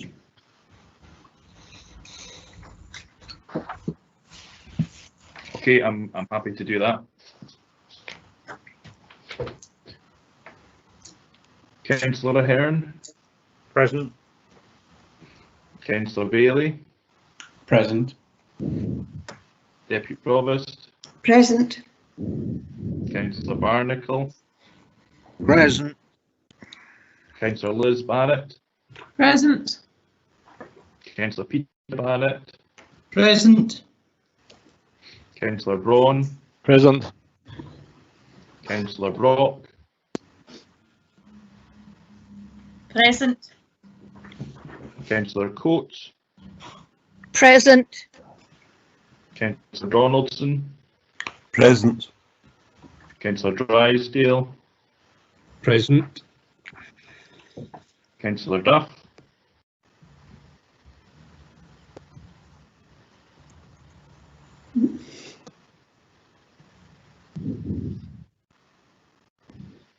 Councillor Duff. Present, sorry. Present. Thank you. Councillor Forbes. Present. Present. Councillor Gray. Present. Councillor Illingworth. Present. Councillor James. Present. Councillor Jarvis. Here. Councillor Lane. Present. Councillor Lyle, we've heard from yourself. Councillor Massey. Present. Councillor McCall. Present. Councillor McCall. Present. We've heard from Councillor McDade. Councillor McEwen. Present. Councillor Parrott. Present. Councillor Pover. Present. Councillor Purvis. Present. Councillor Reddick. Present. Councillor Robertson. Present. Councillor Sarwar. Present. Councillor Shires. Present. Councillor Simpson. Present. Councillor Stewart. Yes. Councillor Waters. Present. Councillor Williamson. And Councillor Wilson.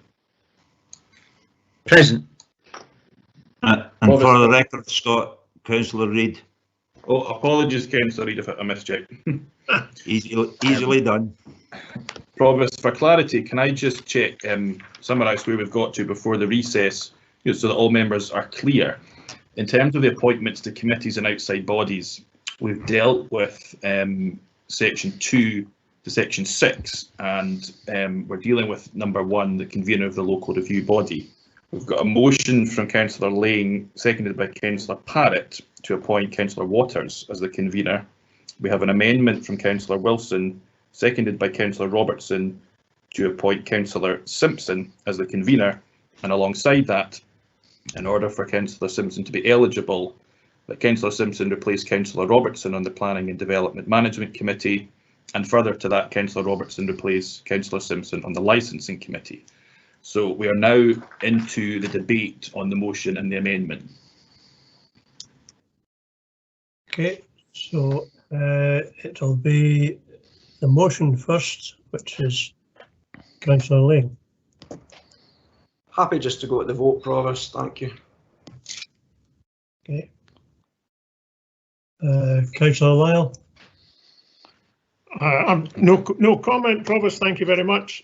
Councillor Wilson. I think the mover of the motion is the only person that's entitled to speak, and if he's happy to go to the vote, then we should proceed to the vote. Let's go to the vote then. Carry on, Scott. Okay, Provost, if there's no further comments, I'll proceed to the vote. So if I can ask members to indicate if they're voting for the motion or the amendment. Councillor Ahern. Amendment. Councillor Bailey. Motion. Councillor Deputy Provost Baird.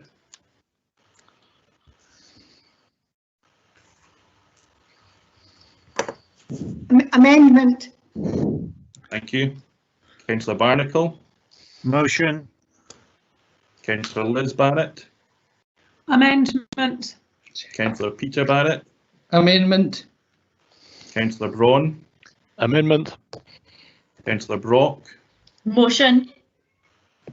Councillor Coates. Amendment. Councillor Donaldson. Motion.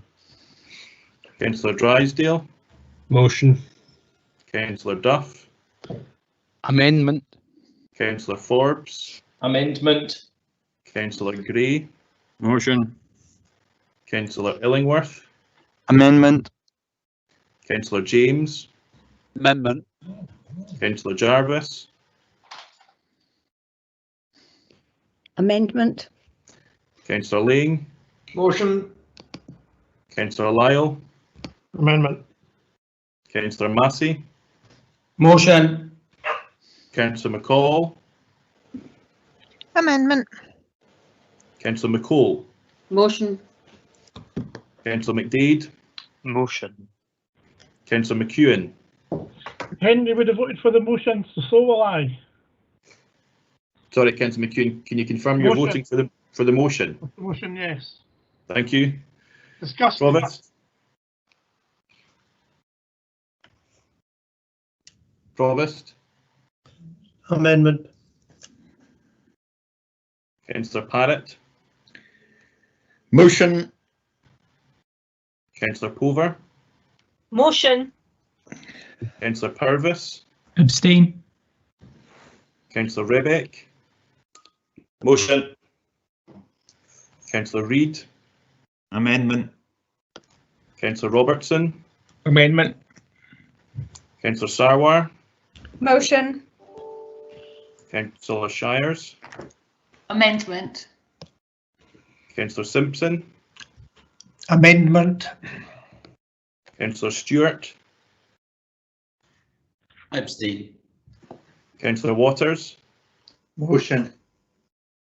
Councillor Williamson. Motion. And Councillor Wilson.